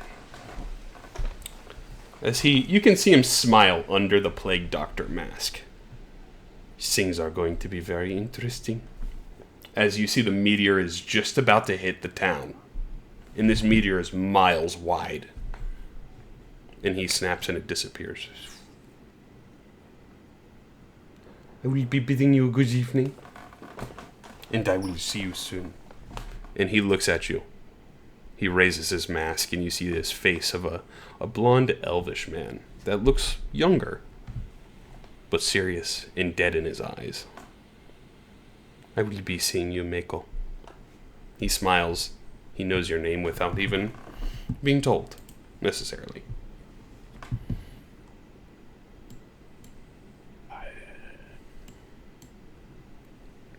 There's nobody else in the room with me? It's just Folan who's in his trance.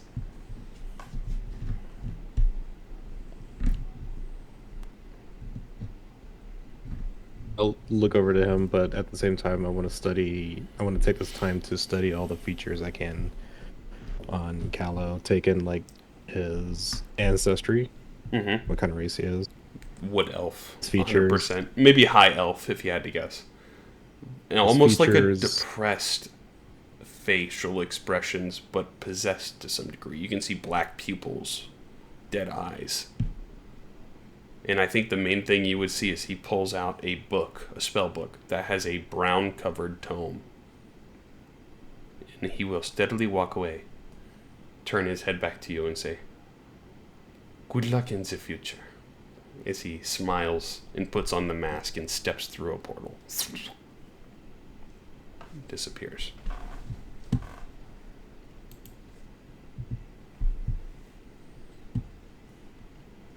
I'm gonna let Olin be for now.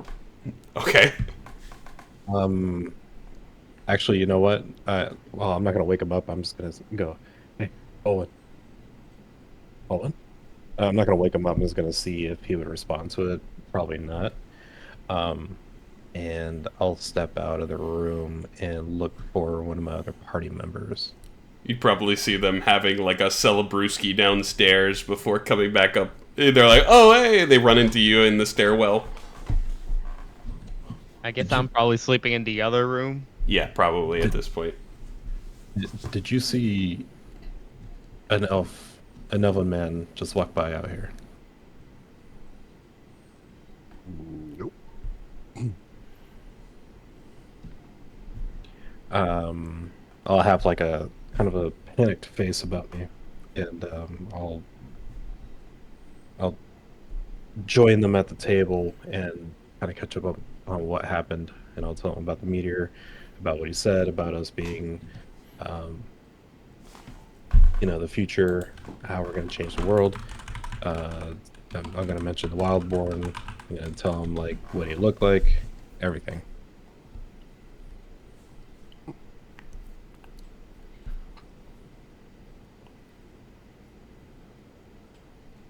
Wow. That was pretty intense. I don't know what to make of it. I don't know why he singled me out.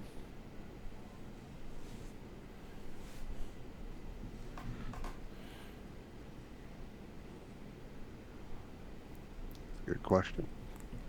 I don't know if it's just me or if he knows all of us.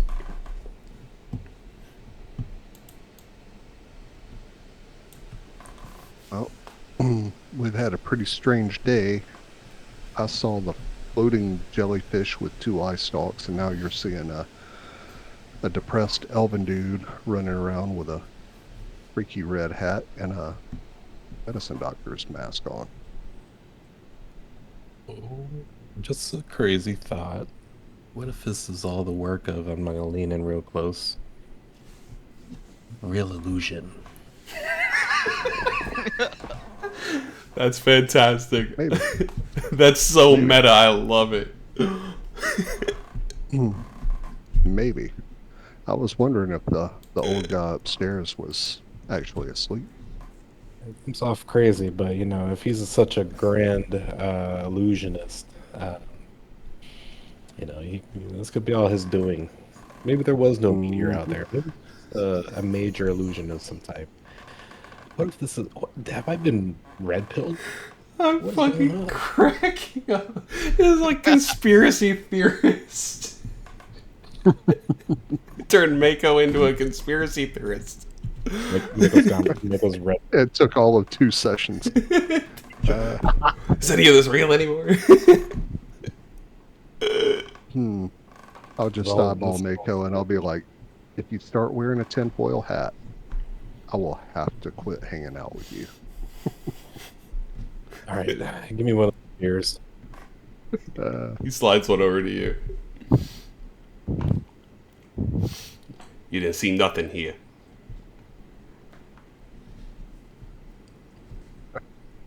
The only thing I see is a beer in front of me that needs to be drank. I suggest you have some of this and then get some sleep. I think so. I think you're right. What am I thinking? And he'll say something like on the slide too. Is like, if he could teleport into your room and summon the media, he could kill you anytime he wanted. You have nothing to worry about. You might as well sleep peacefully. I have a feeling that maybe thinking that he's in his own messed up ways, probably helping us. Or you're probably helping him without knowing it. That too. People self-serving.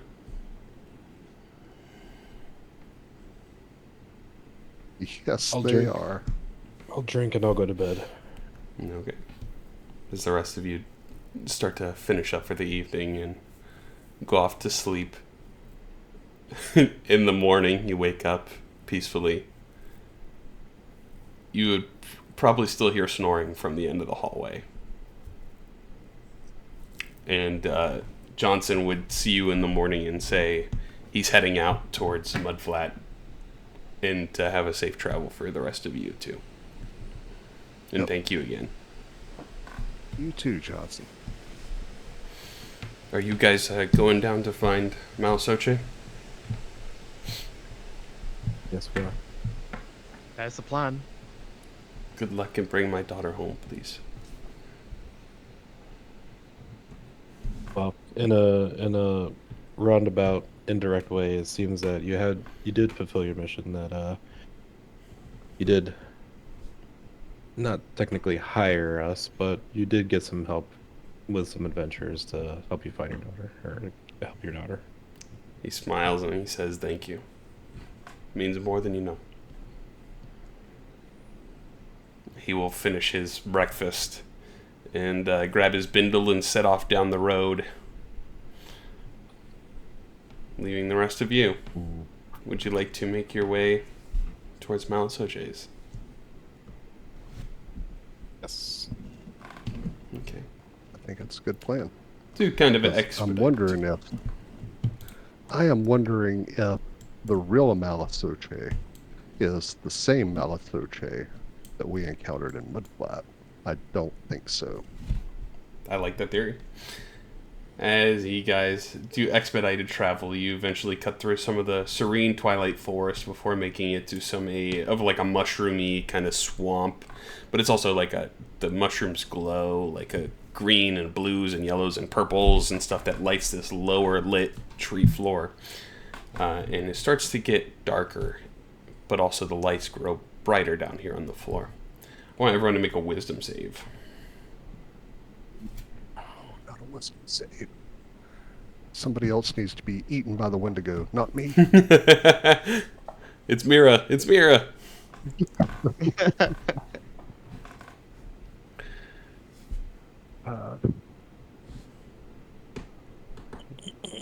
And full win. Schrodinger, LP 1.0, and Fletch, all three characters failed their wisdom saving throw and were eaten by Wendigos. So Mira, Dan, Drake, and Fulwin. You see this mystical, twilight, serene forest with the mushrooms that are growing 6 to 12 feet tall, providing shade and cover in this part of the forest. Mako, as you're walking, you see some of that, but then all of a sudden it starts to die. It starts to rot. It starts to smell. And you can see, like as you look at some of the trees, you can see animals hanging, bleeding in the tree, and it's just rotting. And this world around you is just a facade. It's just an illusion put together to cover up the grossness that's been here, where everyone else still sees a serene and peaceful forest in this part. You eventually make your way up to this large tree house. You can see like a little patio that wraps around the outside of the tree house. And let me see if I have that map. Do I not have it with me? I was going to open up the first floor at least, because it is a 2-story house. I have to see if I have it in my actual assets, I guess.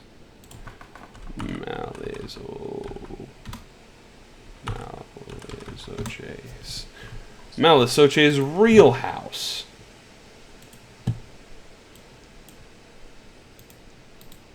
I will throw this up here. It is a 2-story house that you would come up on these stairs on the far right side, and it comes into this door. And as you sort of see this little house built within this tree with another chunk of the tree that runs up the middle of it, kind of like a tower. There is a second floor with looks to be a window, a couple of windows that peer into the trunk up to the second floor, so you can tell from the outside that it is 2-story. But you guys walk up to the front door. Some of you still seeing the illusion of this pristine, happy forest. Mako seeing the true version of it being a decayed hell.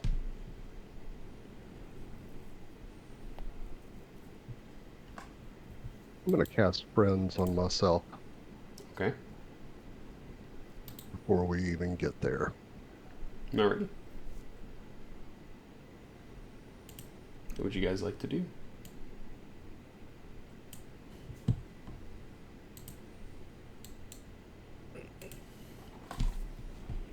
Well, I'm always ready. Does it look like anybody's home? Oh, definitely. Lights are flickering upstairs.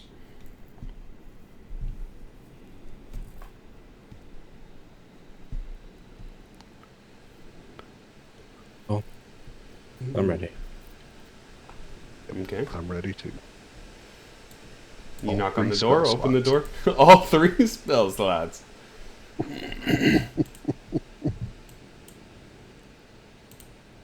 Oh, how did I do that? Oh, I got it. There we go.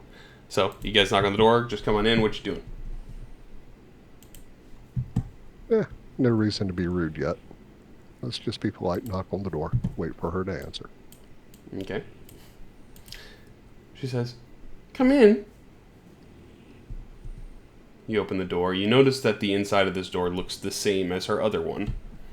that was on the other house. And I'd probably imagine that Dan immediately looks over the door and sees the same symbol.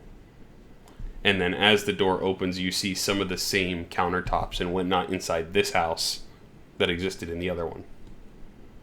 Like the table. As you come in, let me see if I can just put like a little token. Let me put you guys on here too. Easier to see. So you guys are coming in by the door over here that leads down to the ground floor. And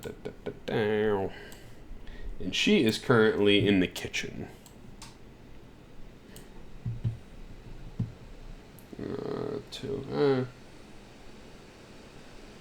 I want to do that? Oh, I'll just say she's by the kitchen for now. I don't have a token for her, so. So you guys be come kind in. enough to unlock our tokens, please. Yep. There you go. So you come inside, and she is standing to the top over here by the stone kitchen.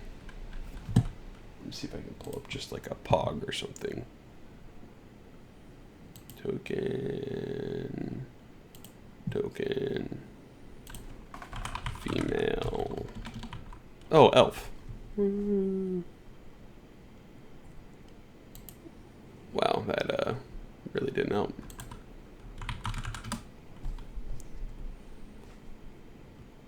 We'll just use the blonde lady. She's like up here. She turns to you. Oh, you came quicker than I thought.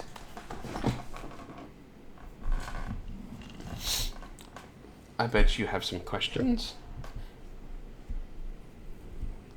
Yes. Yes, we do. You weren't easy to track down. What's the point of being easy to track down?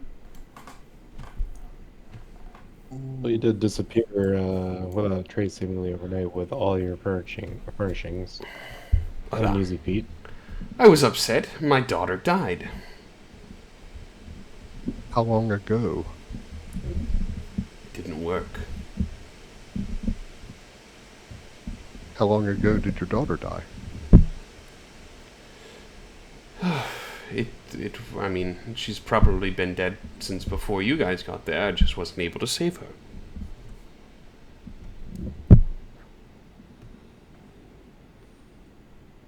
I think you all would get the feeling that the little girl she was carrying after is the one she's talking about. Oh, she died. She said. Yeah, Vila. Marta's daughter died. Who she's claiming is her daughter.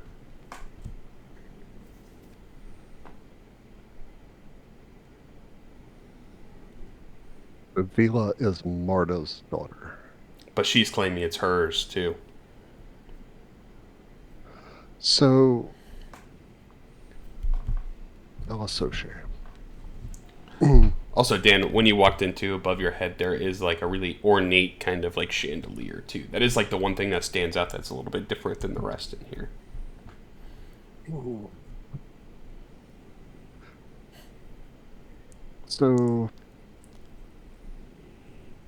I want to move so that I'm not standing under the chandelier. Okay. Yeah, it'd be like right here in the entrance, probably. Okay, so I can move there. It'd probably be like right where Mako is. Alright. Right here. And she'll go, I'm sure you have questions. Go ahead.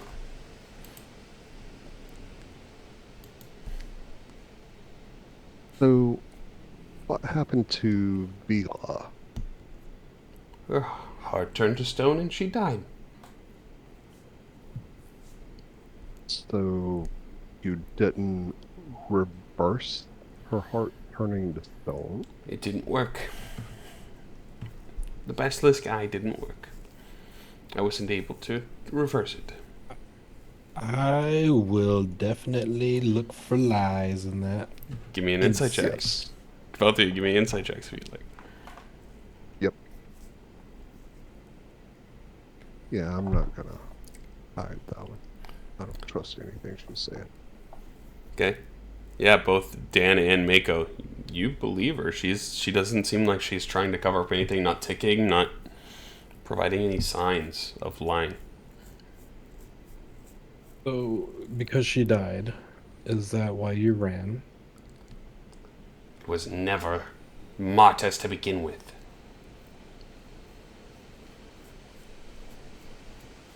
So, who was the child in the basement who died? Make a persuasion check. And I get that at advantage. Thank you very much. Yes, you do. Good old friends. She Very well. goes, I shouldn't have to tell you anything, but since you come all the way here, you are owed answers. That was my first daughter. Her heart turned to stone when she was a child, and I couldn't save her then.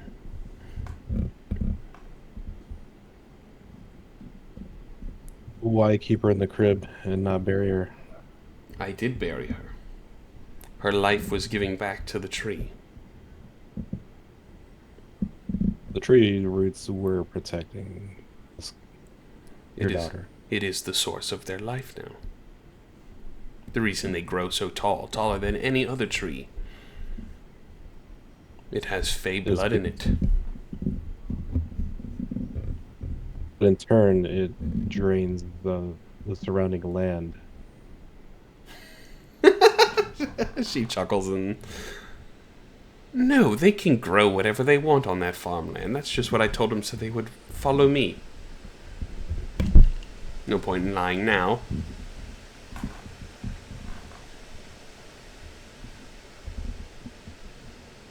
But what makes you say that Vila is not Marta's child?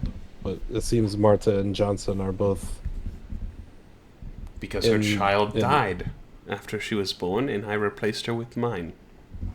So they would take care of my child.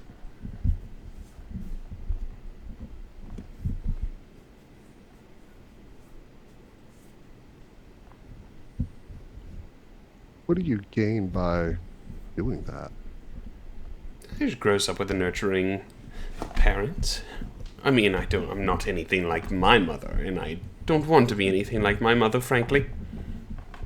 Yeah, I want to insight check that as well. You get the sense that when she says her mother, she despises her mother. Like it's always been a fight between them two. Maybe it's a tug of war that goes between them. Alright, so... And who would your mother be? Have you met Agna? We know of Agna. We have not yet met Agna. She's a bitch. Always wanting Agna is your control. mother. Telling me what to do. I'm sick of it. More than hundreds of Is your years. mother? Yes. Alright, so we have you, Malasoche, and then we have your mother, Agna. Who is Agna's mother? I don't know. She's probably long dead.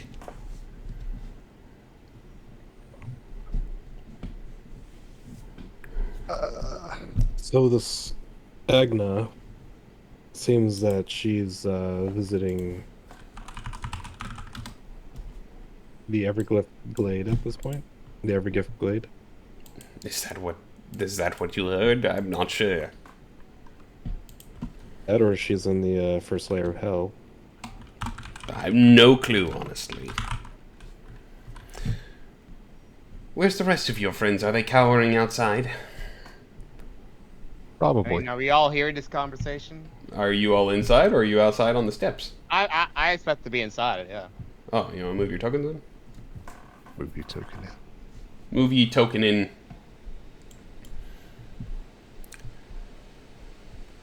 She'll go. I'm sure you all are smart folk. Might as well not hide appearances. Which, at this point, Mako, there's one thing I forgot to say. Since you have been able to see through the illusion already. Yep. Her form also. Yep. That is what you see. And for everyone else, as she's standing there, the form and visage of an elvish woman starts to fade in her place. Yeah, I'm already like, because I was hearing this combo and I was already kind of like getting pissed off. I was already pulling on my great sword. You pulling out your great sword? I was probably pulling it out before because hearing the combo, like, so it's starting to just like put it on my hands. She smiles at you all. You all have so much to learn. Enough of that. Who are you? I'm Malisoche. I have Yes, something to you let are. you know, too. I'm getting a little tired of your question.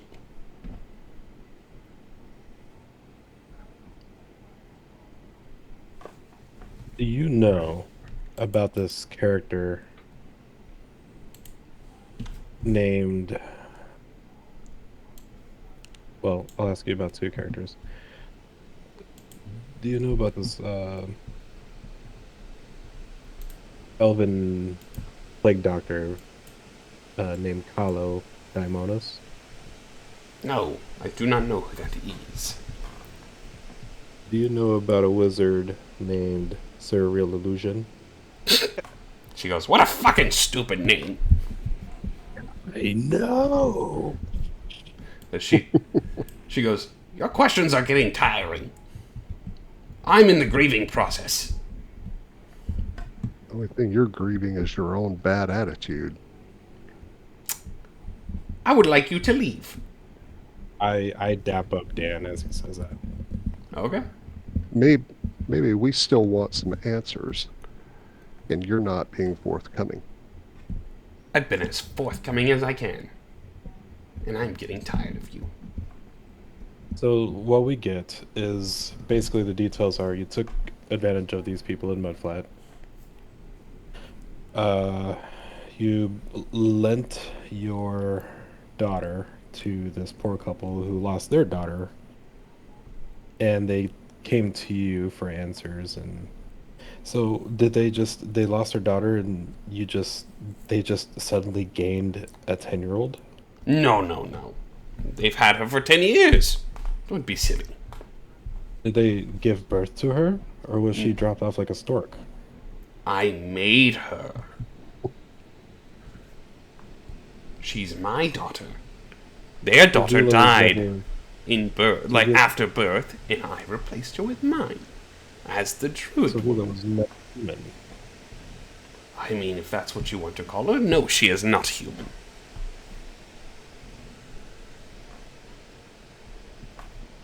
I'm beginning to think that dead daughter is actually theirs. No, it's not. It was my first one. Their dead daughter is buried somewhere in the fields. Do I believe her? Give me an insight check.